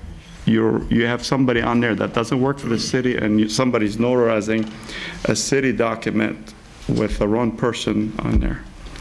So we need And to get it them is, reprinted, so- probably. We need a reprint. Right here. There's a bunch of them. You can actually go to the building department, pull all the ones that, Point of order, please. His name, in order to not waste money, we are not going to throw away all the documents. So when a building director or a mayor changes, when I became mayor, I made the decision that we were not going to throw and order all new documents because they had Ruth Cantfield's name on it. The key would be if there was a signature on the thing, but there's nothing wrong with this. You're arguing about a Is this person letterhead. right here employed by the city? Or at the time? Right? Okay, then that's an appropriate notary, the notarizing of this signature. talking It's not about that it's notary. on the letterhead. The Well, letterhead it is was- not a fraud. It was brought up by one of the residents, and it was saying, nope, it doesn't exist, and I'm just showing you it does exist. Well, So- Councilman, respectfully, Okay. it's not a violation At of this law. point, I guess, You can have it back. Well- I'm going to follow up on that. give it to me, I'll get it checked. I don't know. Okay, is there any further discussion from the council table? Councilman Wenzel? The playscape was brought up tonight, and that's at Swapka Park. And Swapka Park contains several structures there. One of them is a pavilion, which is available to rent through the Parks and Recreation Department. It also contains 3 ball diamonds, which is a hot topic. And not a lot was getting done in Swapka Park for the last many years. And there's an old saying, the squeaky gear gets the oil. Many members of the South End and members of the Dad's Club were complaining recently. And they've got some action, obviously, because there's a new playscape going up, hopefully. And I directed them to contact the appropriate department heads, and they did, and I'd like to applaud Director Salmi for taking direct action and meeting with them, not only in his office, but on the site itself, and letting them know what he can do and what they wanted. And Director Haddad and initiating this playscape. I know the playscape was approved, I don't know the exact details, but a long time ago. And someone dropped, I keep using the phrase drop the ball, but that's the only thing I can come up with. Someone dropped the ball and it was never done. This all started about a month or so ago when there were some members of the Dad's Club, some dads out there and their wives weed whipping around the ball diamonds, and they were stopped by a city employee and told them they had to stop because that was a city job and a union job, and there could be a grievance filed. And Director Salmi told them that, told the Dad's Club that he welcomes them to come out and do this. Any kind of free labor like that he welcomes, especially when we're shorthanded as it is. And I told my nephew, Scott Wenzel, this, and he said, well, why don't they file a grievance when they can't mow lawns and they subcontract it out to a non-union company? They should be filing a grievance then. But just a weed whacking, they're threatening to filing a grievance. But everything that's happened so far is a direct result of the squeaky gear. And I'm glad something's finally getting done there. And I think we should not only allow people to come in and do labor maintenance on these fields, but encourage it. If any reliable citizen or company wants to come in and perform maintenance on these fields, I think we should definitely give them the go-ahead on this. Thank you. Thank you very much. Any further discussion from the council table? Madam Chair, Councilman Constant? as I'm sure will be brought up by our current president, Nancy Breyer, there's going to be a South Dearborn Heights Civic Association neighborhood meeting on June 27th from 7 to 9 at our new location, which is the Westwood Administrative Office on Beach Daily, where the Westwood School Board meets. 3335. Hey, thank you. Give them the address. 3335 Beach Daily Road. west of Telegraph. Okay, any Madam Chair, if I can. Mayor Placco? Last Saturday, we had a fantastic event at the Richard Young Center. It was Family Fun Day. I just want to thank all the clubs and individuals that were involved with that. It was nice to see all the kids having a big smile on their face as they participated in the event. Okay, thank you. Any further comment from the table? At this time, we will open it up to community comments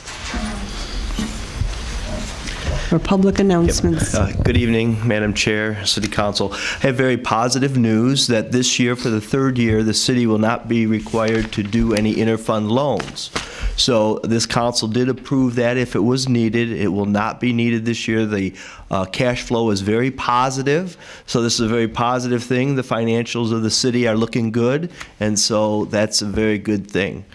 Second thing is that today we had a meeting of the new General Government Retiree Healthcare Benefit Trust Fund, and then we have another meeting tomorrow for the Police and Fire Trust Fund, and we're in the process of hiring legal counsel, hiring financial consultant, and the custodial bank so that we can move forward with the funding of those trust funds. It's a process that we have to fulfill certain obligations before we can do the funding. So that's a very positive news. Okay? Thank you very much. Yeah. Okay.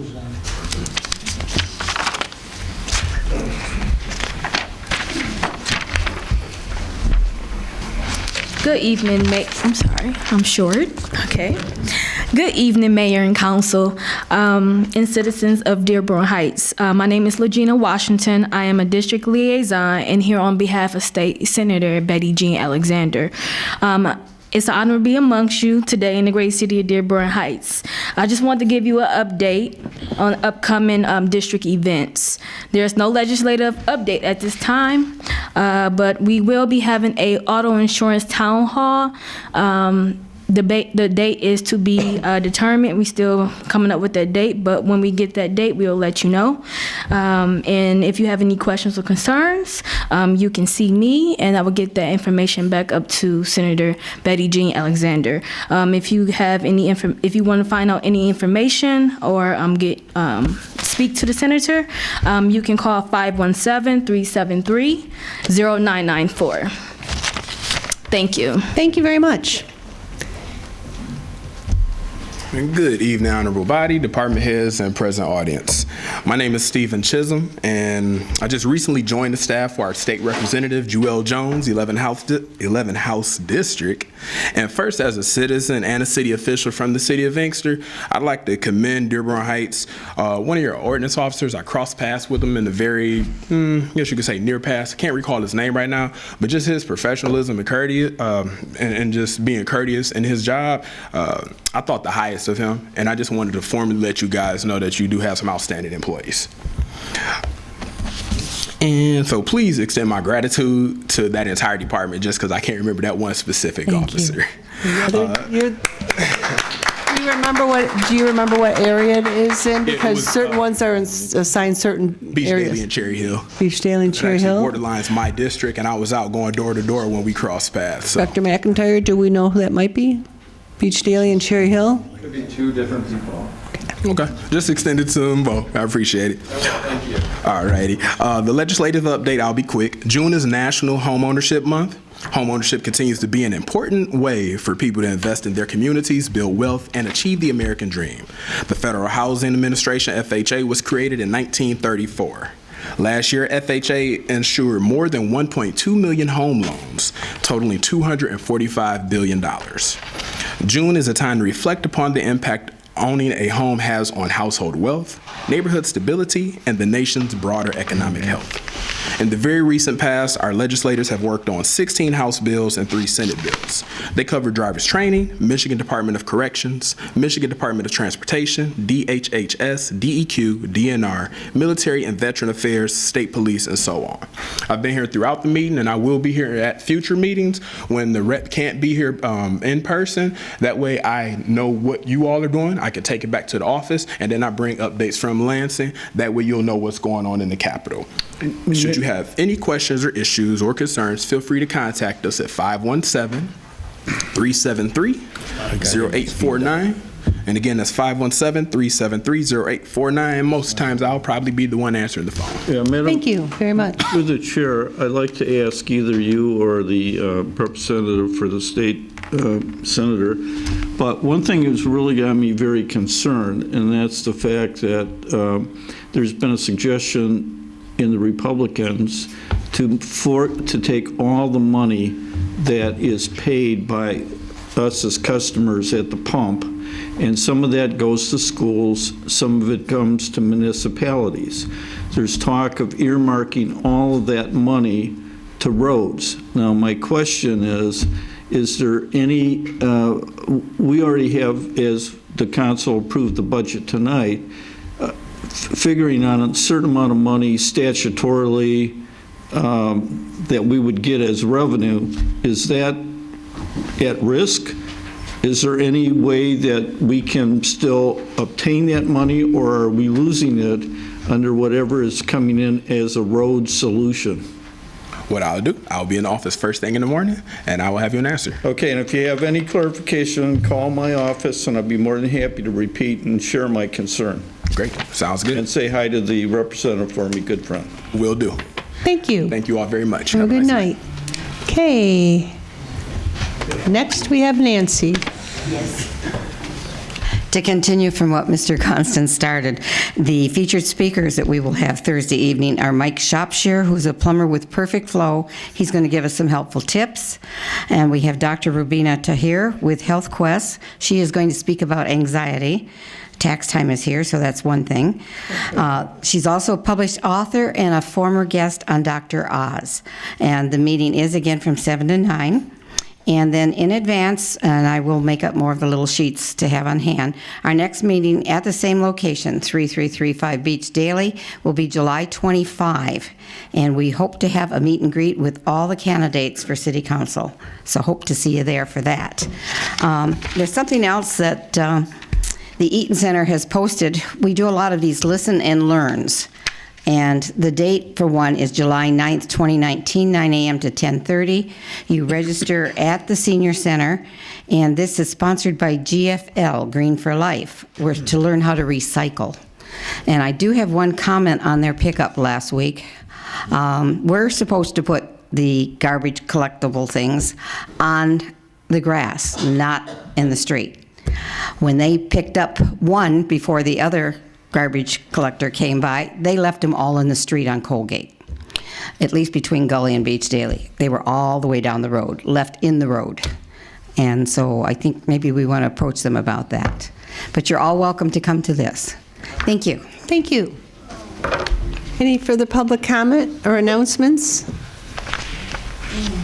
Okay, you have an announcement, right? I'm getting up here. I have a bad back. So anyway, my name is Sue Rigby. I live on McKinley. I live on McKinley and Eaton. Okay. I have lived there less than 3 years. And in that 3 years, I have been flooded at least 4 times. At least 4 times. Now, I live on the corner. It comes in my yard, okay? It comes in my backyard probably about 6 feet. One time, the school near me, Pardee School, I believe it is, their mulch came down the street with them, with the rain, and flooded and came in my yard. Now, I have a very, very bad back. And to get that mulch out of my yard took a lot of pain for me to get that out of my yard, and I'm tired of it. I'm the one who gets out there and picks up those stupid papers, or McDonald's paper cups or whatever that might be in the road or whatever. I'm the one who goes out there and sweeps the street, even though I'm not supposed to, because I'm not a union person, okay? I sweep the street because the street sweepers don't come down my area, okay? They don't come. I've seen them twice in my area and it'll be 3 years in November that I've lived there, okay? It's getting ridiculous because I go out there and I sweep. The lady behind me, she sweeps all the time. I'm getting really tired of all the water coming to my, quote, intersection and flooding. I mean flooding. I have Eaton River, and I have pictures on my phone. Now, I had a car out in the street that was about that much, maybe a half an inch from the door panel. I have it on my phone. I can show you. It could have been drowned. It could have been totally ruined by the water. Now, luckily the car didn't get ruined by the water, even when the waves come from all the trucks and the traffic that comes down there, because I'm over there by that place where they had the thing at on Saturday. That little Richard Young thing. Okay, well, thank you very much. But the thing is I'm getting tired of it. Now, I've wanted to get the cars off of the street so they won't be flooded and make my driveway bigger. I've been told that I can't make my driveway, I want it wider. I've been told I can't make it wider to get the cars off the street because of an ordinance of how it has to be placed and this and that and this and that. I also want a piece of concrete next to my garage, so in the future when I can afford it, I could put a shed in there and get a lawnmower that's rideable or a shovel on it, so I can do the sidewalk with the rideable piece of equipment. But I can't. But I've been told I can't get that Thank you very done. much. We do have a 3-minute limit. I was not able to tell you that because I thought you were coming up for public announcement, but you went way over, and I apologize. Well, whatever. But I am. Thank you for your time. I would like to have that issue resolved. Okay, thank you. Very much. Very, very much. Thank you very much. Very much. Any other public announcement? Please come up, state your name, street, and limit it to 3 minutes, please.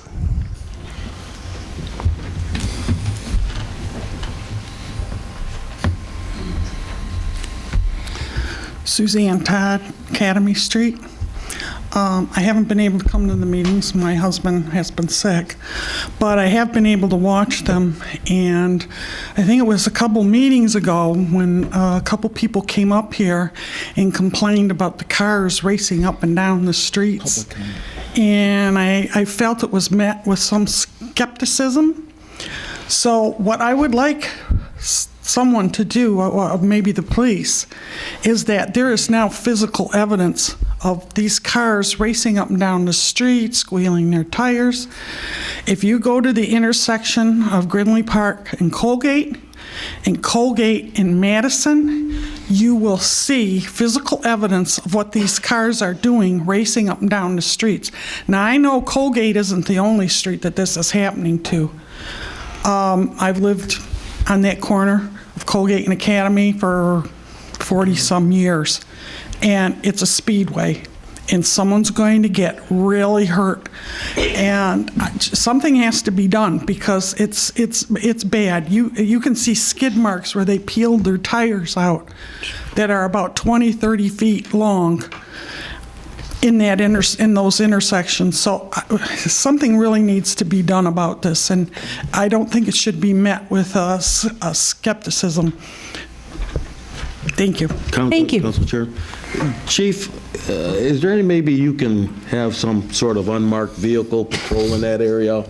I mean, you know, you see a police car, everybody slows down and makes sure that they do speed limit, but maybe an unmarked vehicle of some sort. And, because, you know, I've got emails galore about the same thing, and, you know, and it is a police issue, and I don't know how you can handle that. So the skepticism comes from when we set out our, we have a speed awareness measurement device that we purchased. Correct. So we deployed it out on Fenton. Right now. It was on Fenton when we had those speeders going 70 miles an hour all day, all night. It took 10,000 readings of the speed over a period of a week. And of those 10,000 readings, 70 were above 35 miles an hour. So it's almost impossible to have an officer there for the 70 times that somebody's speeding out of the 10,000 cars that were measured. And so we also implemented a traffic enforcement detail for the drag racers because that was an issue. We spent the last 4 or 5 weekends doing enforcement. Only caught one set of drag racers, which they were arrested.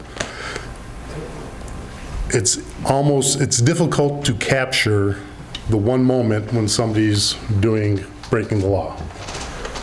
It's not one moment. Well, I'm not disagreeing, I'm just giving you the numbers. We also had a woman from River Oaks who came up, pleaded with you guys, pleaded with the city council to have something done in her neighborhood because of the speeders. Again, 8,000 cars were tracked over a period of a week. It's either 2 or 7, actually were above 35 miles an hour. Okay. We'll evaluate the problem. We'll put issues we'll put, you know, the radar measurement device in the area.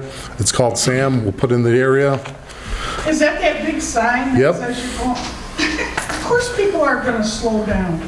Okay, so, Okay, at this point, if you two want to talk after the meeting, maybe? I know the area. We'll have enforcement done in the area. The issue is it's difficult to capture the one moment when it's reported.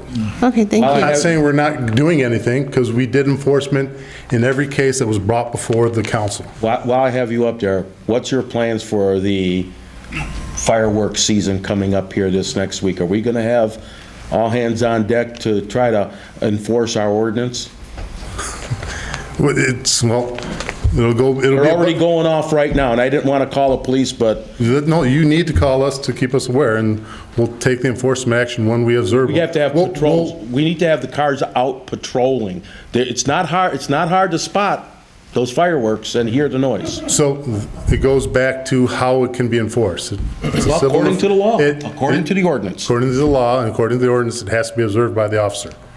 That's the way the civil if they can see it go that's up the way. and they No, that's the way the civil infractions work. I understand that, but if they see it going on and they can drive to that location, they may be able to see it. Debris after the fact is not enforced. I'm talking about actually seeing it happen.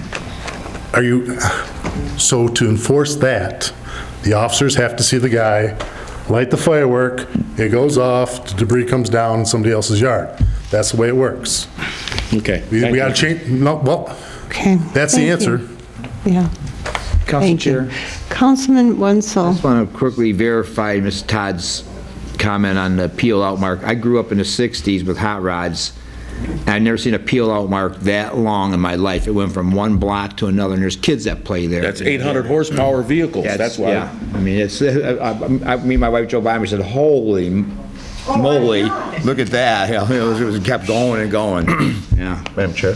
Councilman Abdullah. Just had a question for the chief in regards to something like that. And I know you can't necessarily prosecute somebody on this, but I know that's been an ongoing issue in certain parts of the city, even some that I've personally witnessed. And, you know, obviously the police can't be on every single block, needless to say, of course not.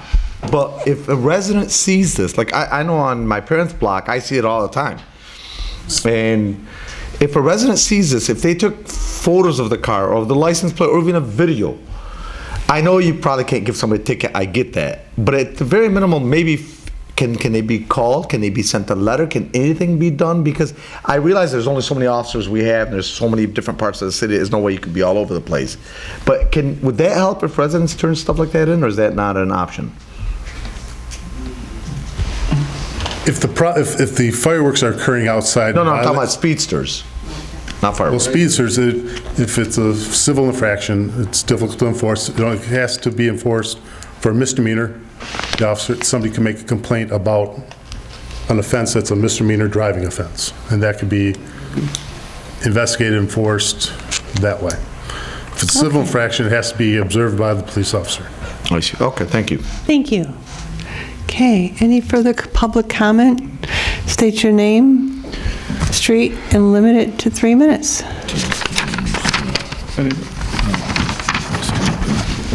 Ed Jackson, Kingsbury. A question I brought forward to the council and everybody about a month and a half ago was on behalf of the veterans community, of which I'm a proud member of. I'm still asking for answers about that monument out front of the City Hall. I was told that by the end of May, there would be some progress made on it. 4th of July is a week away. It still looks like nonsense. Can I get an answer about when it's going to finally be addressed? Or I can probably bring in a bunch of vets so we can just, bring it in mass as a question, but I'd like to get some kind of answer about it. I talked to the company and they said they're running behind. We set it up. They originally told me by the end of May. We're already into June. I'll place another call to the best we can. I was out there looking at it the other day, and the boots are still there, no gun, no helmet, so. Per our contract with that veterans group, and in fact, he was recently on TV because they put up one of those monuments like we have, excuse me, on the east side of Detroit. But they agreed to do all the maintenance, and we're prevented from that. It's a really good group, but I guess they just we've called them more than once. They don't want us doing our own maintenance. I would hope they would get it fixed. I think it's a tragedy that anybody would desecrate I do such too, a but it thing. seems like we're at a stalemate so far as honoring a veteran out there, and to me, that's unacceptable. Well, I will personally call them. I mean, I could suggest that if they're not going to repair it, then let's take it down, because it's kind of insulting to all of us. I agree. But they take care of that particular maintenance, and that was the agreement. I was very proud when it went up. It means a lot to me, and I just don't understand why people are desecrating it. Well, I understand that too, Mayor, but that's been busted up for quite a while. That's not something that just happened last summer. It's been like that for a couple of years. I agree. And like I say, I'm going to continue to come before the council and bring this up. If it reaches a certain stage, I'll be more than happy to bring a room full of vets in here. We can just let you know how exactly disturbing it is to us. Well, you can, but it won't get it done any quicker. May not, but a show of concern will. You do what you have to do. mean, that's your answer? Do what I got to do? Seriously? No, I told you that we've called them, and I will personally Well, no, I call them appreciate again. that, but I mean, all right, we'll just let it go at that. Council Chair. Councilman Wenzel? I'd like to piggyback on this resident's remarks. When you walk up to City Hall, on your left is the memorial that he's referring to. It's damaged, and it's got the boots, which, if someone that didn't really know wouldn't know there's some part missing, but it's the whole effect. When it's all there, it looks beautiful. And another thing I was appalled by, and the city has full control over this, was on the right side is a memorial wall with these names. The trees and bushes are growing over, covering half of it. You can't even read half the names. The sidewalk going up to it is covered by 2 bushes on each side who grew over and blocked the sidewalk. It's in such disrepair. I took pictures of it. I said, I can't believe it. This is something where somebody can come out here with some hedge clippers, and every tree around there is overgrown. And it's an insult to the veterans to have these 2 things at City Hall. You come up here, here's our beautiful City Hall, Dearborn Heights. This is how we honor the veterans here. I understand maybe we're waiting for this memorial, some special person, but on the right-hand side, 100% city fault. This should be maintained, pruned, Half of it's blocked off. I've got pictures. You go out, when you leave, everybody leave here today, look at it, okay? When you leave here today, and see what you think about it. Just take care of it. Yep. Why can't you guys just take care of the problems? And you have to go through all this. You know, this is city property. We're supposed to set an example here. We write tickets for people that have this kind of problems at their houses, and we have it right here on city property, City Hall. Okay, thank you, thank you. Any other Madam public? Chair.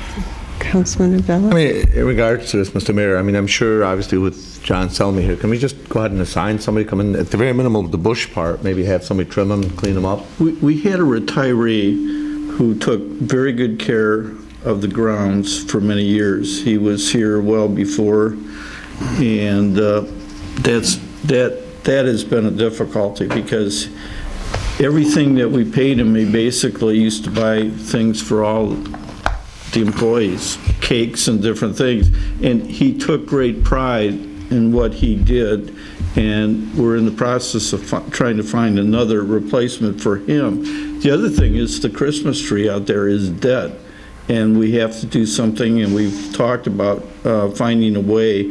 We'll be coming back to this council because I don't think that thing's salvageable. But what about handling it the way I would handle it in my business? If there's somebody I give a lot of business to, and I'm not going to name specific, but just ones that comes to mind, artistic, and I'm not putting them on the spot, but anybody else. I will make you sure. give a lot of business to, you make a call to them, I give you a lot of business, can you take care of this? Whoever it is, I mean, whoever it happens to be. As far as the other complaints, I'll make sure that those are addressed by the end of the week or the beginning of next week. Beautiful. We don't need to sit Thank here you and very much. kick it Thank you, around John. for 2 hours, I don't think. Thank you, John. Okay, any other public comment? Name, street, and limit it to 3 minutes, please. Sure. My name is Larry Henney. I live at 6 Hickory Court in Dearborn Heights. I've had the opportunity to talk to some folks in the south end of our city, specifically Courier Street, where a lot of the belongings that were ruined during the flood are still sitting in front of their homes, and they haven't been picked up yet. The street hasn't been cleaned. They've never seen a street cleaner come down their street, and yet they're pretty messed up. People aren't very happy, and we're talking about unmarked cars and people taking cars home when we've got a tragedy at the end of the south end of our city, and we really need to address it. Okay. Thank you. Thank you.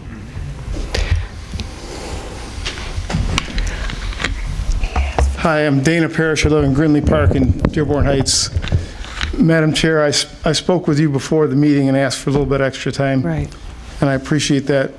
I never thought I'd ever become involved in city politics when I retired. And the reason I'm here is because I initially came to the city after a number of years of dealing with a house down the street and being told some things that I found out later weren't true. And after having done some research and finding out the things that I was told wasn't true by certain people, I started looking into things more and more in city council meetings and looking into things online and doing some other things. And I started discovering things. So now when I hear something, like the news, unfortunately, when you hear things on the news, I do some research. Now, in 2011, and if I'm incorrect, feel free to correct me here, but in 2011, the directors in the city of Dearborn Heights graciously took a 10% pay cut to help the city in their financial straits. They were working 8-hour days, 5 days a week in general.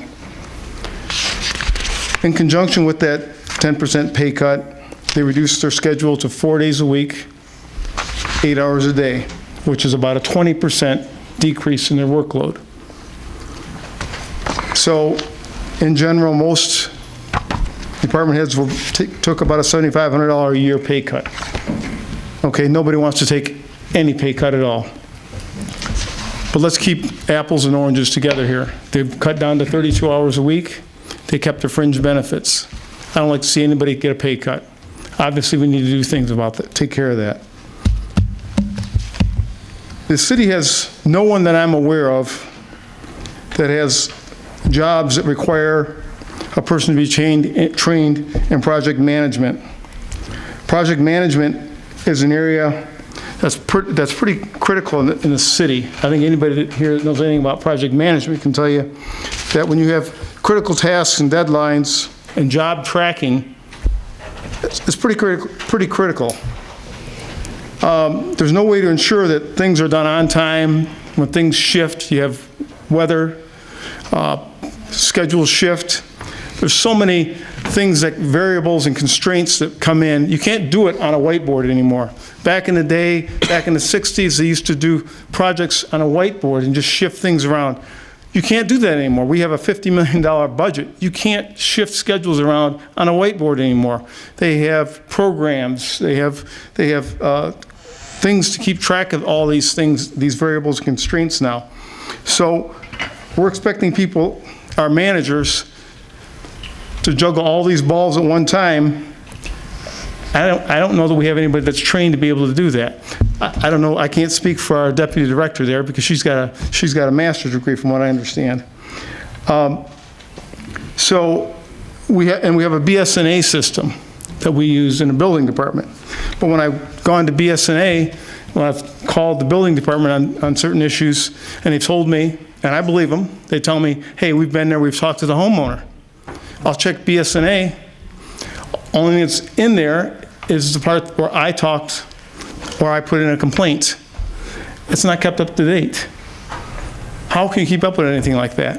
You can't. It happens at 3 minutes now. So if you don't have anything kept up to date, and you're taking, as Mr. McIntyre says, and I'm not going to put words into his mouth, but he's told us at previous meetings that he takes requests over Facebook on the weekends. How can you track jobs over Facebook? You can't do that. You can't track jobs over Facebook. That's why he's overwhelmed, one of the reasons why he's overwhelmed. You can't do that. Well, that's not how it goes. I understand, Mr. McIntyre, but sir, I have the floor. Understand, but... Okay, point of order. Do you want me to answer it or not? No, I don't. I'm not asking a question. Okay, point of order. Well, we're beyond 3 minutes. Mr. Mayor, I have permission. I don't care if you have permission. Everybody. Yes, you do. I gave him permission for up to 5 minutes. He did put it in writing ahead of time. Fine. Thank you.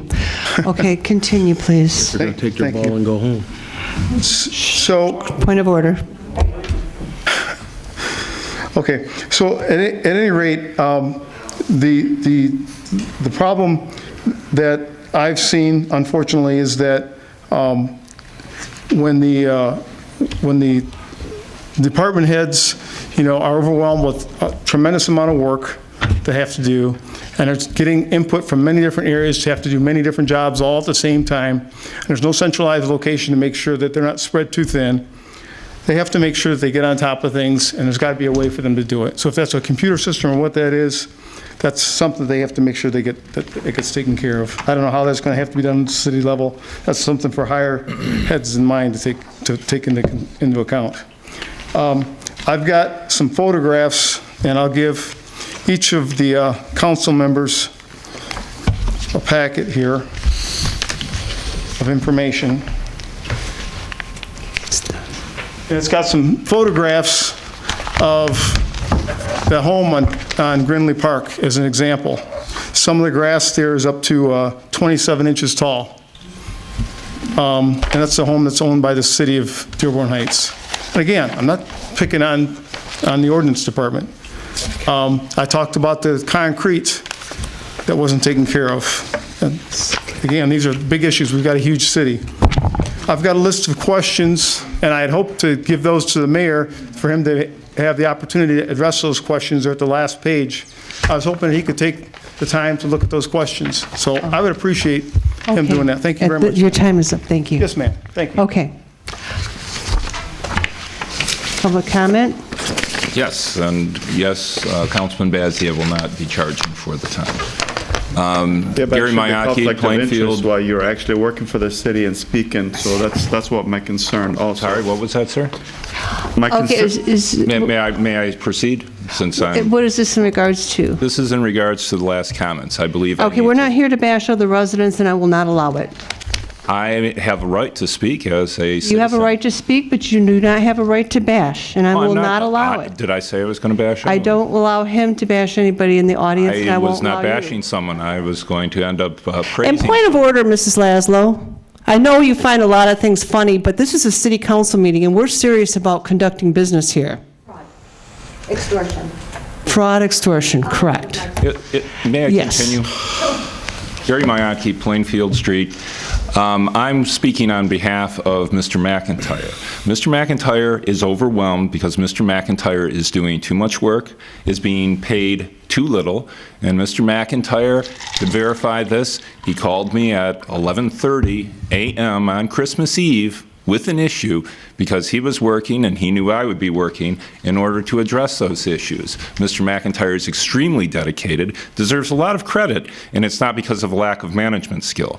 He actually was in a corporate setting at a pretty high level some years before. So it's not a matter of him not being able to handle project management, him not understanding what he's doing. It's a matter of Mr. McIntyre having way too much work and too much responsibility and not enough compensation. Thank you. Thank you. What did I say? Okay, point of order, please. Okay, you have microphone, 3 minutes. Name and street.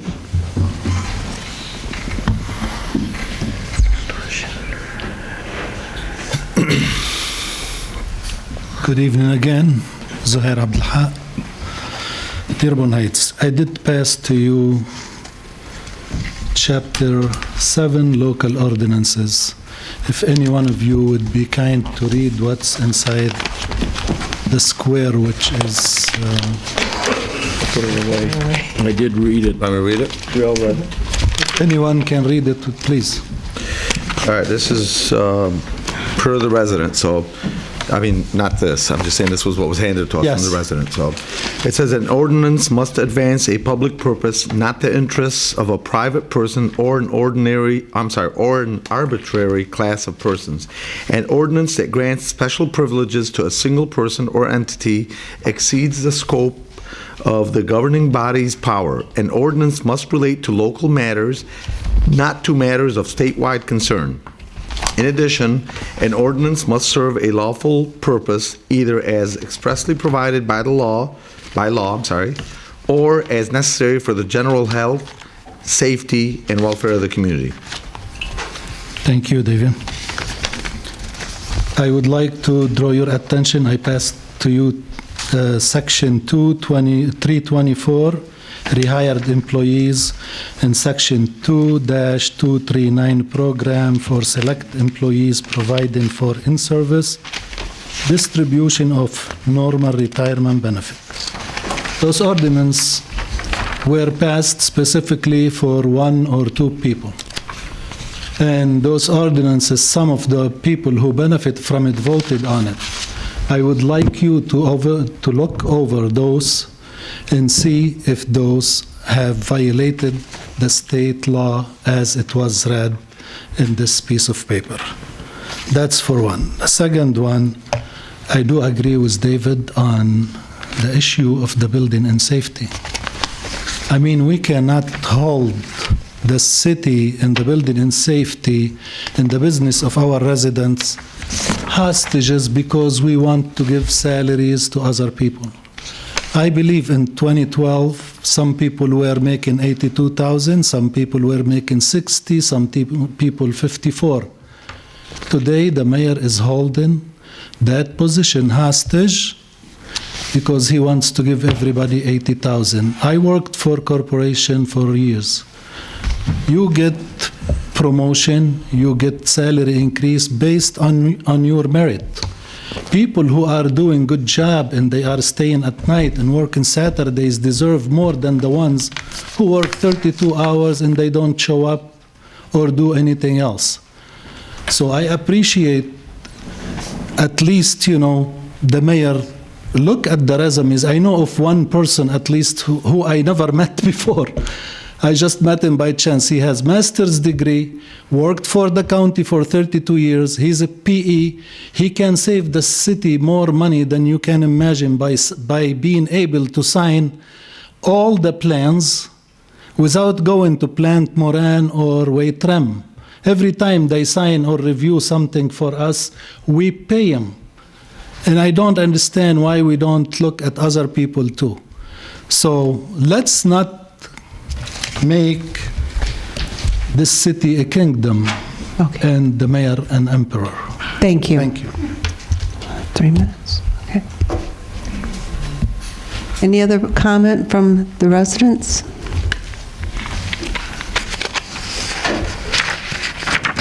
My name is Christy Laszlo. I'm speaking as an employee. I'm sorry. No, not going to happen. Well, under the Whistleblowers Protection Act, I'm allowed to. I was advised. You can seek your attorney. I'm sorry, but this is public comment. If you've got an issue that's an employment matter, take it to your boss. Okay, so how about I speak as a resident from 7950 Charlesworth? As a resident, I happen to know that FEMA is going to be coming to our city to help our residents. We don't know when. We know it will happen in a few weeks. And as a resident, I know that because I work someplace I'm not allowed to talk about. I was bashed over there and told not to giggle. I wasn't giggling. 13 other people were giggling at you at that point. You've been giggling the entire evening, and I've It's a been joke. quiet and not saying anything. You've been disrespectful, and you still are. Speaking of that, you keep saying nobody's bashing residents, but there's department heads and the mayor that keeps getting bashed. There's, oh, it's extortion, it's fraud, it's this. I learned about today the third business that came to me about a council person shaking business down for checks, gift certificates, cash for his own personal benefit. This was brought to your attention before. It's continuing. It's disgusting. And as a resident, I think that this council needs to pass something where people can come before them without fear of having contracts going out. I think it's horrible. It will be looked into at the state. It's being looked into right now. But this needs to stop. Because while the smoke and mirrors is going about the administration, which is doing fine, by the way, the budget's fine, the city's fine, this crap is happening and you're allowing it. I have no knowledge of what you're talking about. CFO, do you remember that? I have no knowledge of what you're talking about. I was not involved in anything in that, and you do not falsely accuse me of anything, including GFL. I accused you of not doing anything. I did not have knowledge. The mayor and I gave you a letter signed by somebody, that they were shakedown and said, remember, I vote on your contract. It happened again on Monday. It happened 2 months ago. I don't have anything that you're talking about, and I would admit to it if I did, but I do not. Have it. How was it given to me?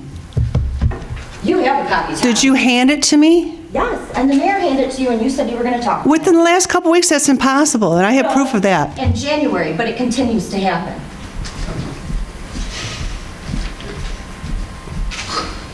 Go ahead. Okay, Jack McIntyre, Hazelton Street.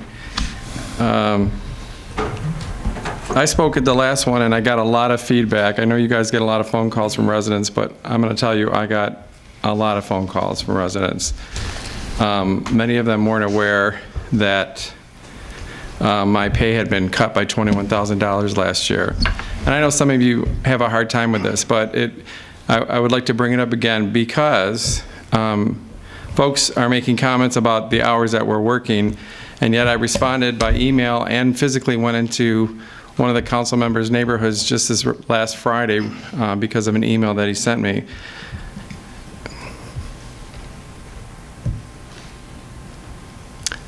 I'm going to be honest. I'm speaking from my heart right now. I don't know what is going on.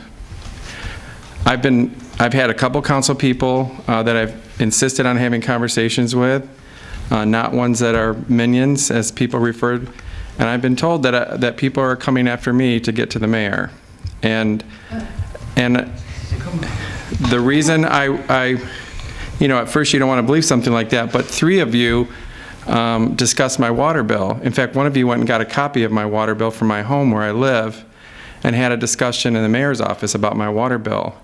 Now, I went and talked to John Riley, who manages the payment of water bills, and I asked him, John, is there a problem with the way that my water bill gets paid? Is it causing the city any stress? Is it a problem for the city? And he said, no, actually, Jack, in fact, you end up paying more the way you pay your water bill. Many years back, just for background purposes, it was decided that the escrow company was paying taxes and water bills. They mistakenly paid it.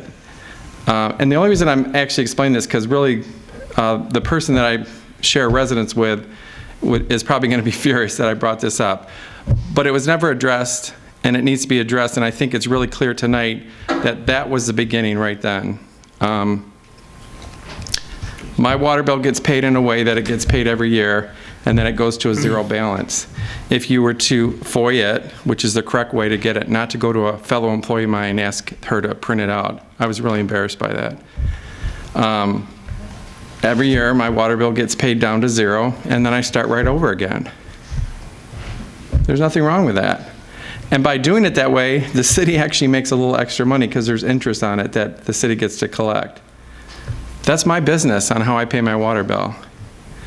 So, I don't know how many minutes I have left. The only thing I can tell you is, please, I'm not coming after any of you. I'm doing my job. I'm working very hard. If you don't think that I should be the person in the building department, it's really not your decision. It's the mayor's decision. And we are working every single day. I have asked Councilman Bazey to please come in, and I will walk you through every file in that department. We'll look at any questions you have. They'll be answered. I've asked now, this will be the third time that I've asked that. You mentioned earlier in a study session that an employee told you that there were no other hookahs. I want to know who that employee is. Please don't ask me to Google it or to look into it myself. I need to know which employee told you that, because it was incorrect information. And if they told you something deliberately that was incorrect, they should be reprimanded for it. Okay, thank you. Your 3 minutes. So please. Well, please bring Thank us what he said. Reach Okay, out it to was- me. No, bring us the permit or whatever. Just bring it to the next But council see, do you see meeting. what I'm saying? No, bring it to But the you next said, council meeting. sir, you said an employee told you that. I need you to tell me which Well, employee did that. Bring the permit to the next meeting. Mr. Miyake has all of it. He has all of that We don't have information. it. Okay, but if you had called right, me, well- if you had called me, I could have given you all that. Okay, thank you. Move to adjourn.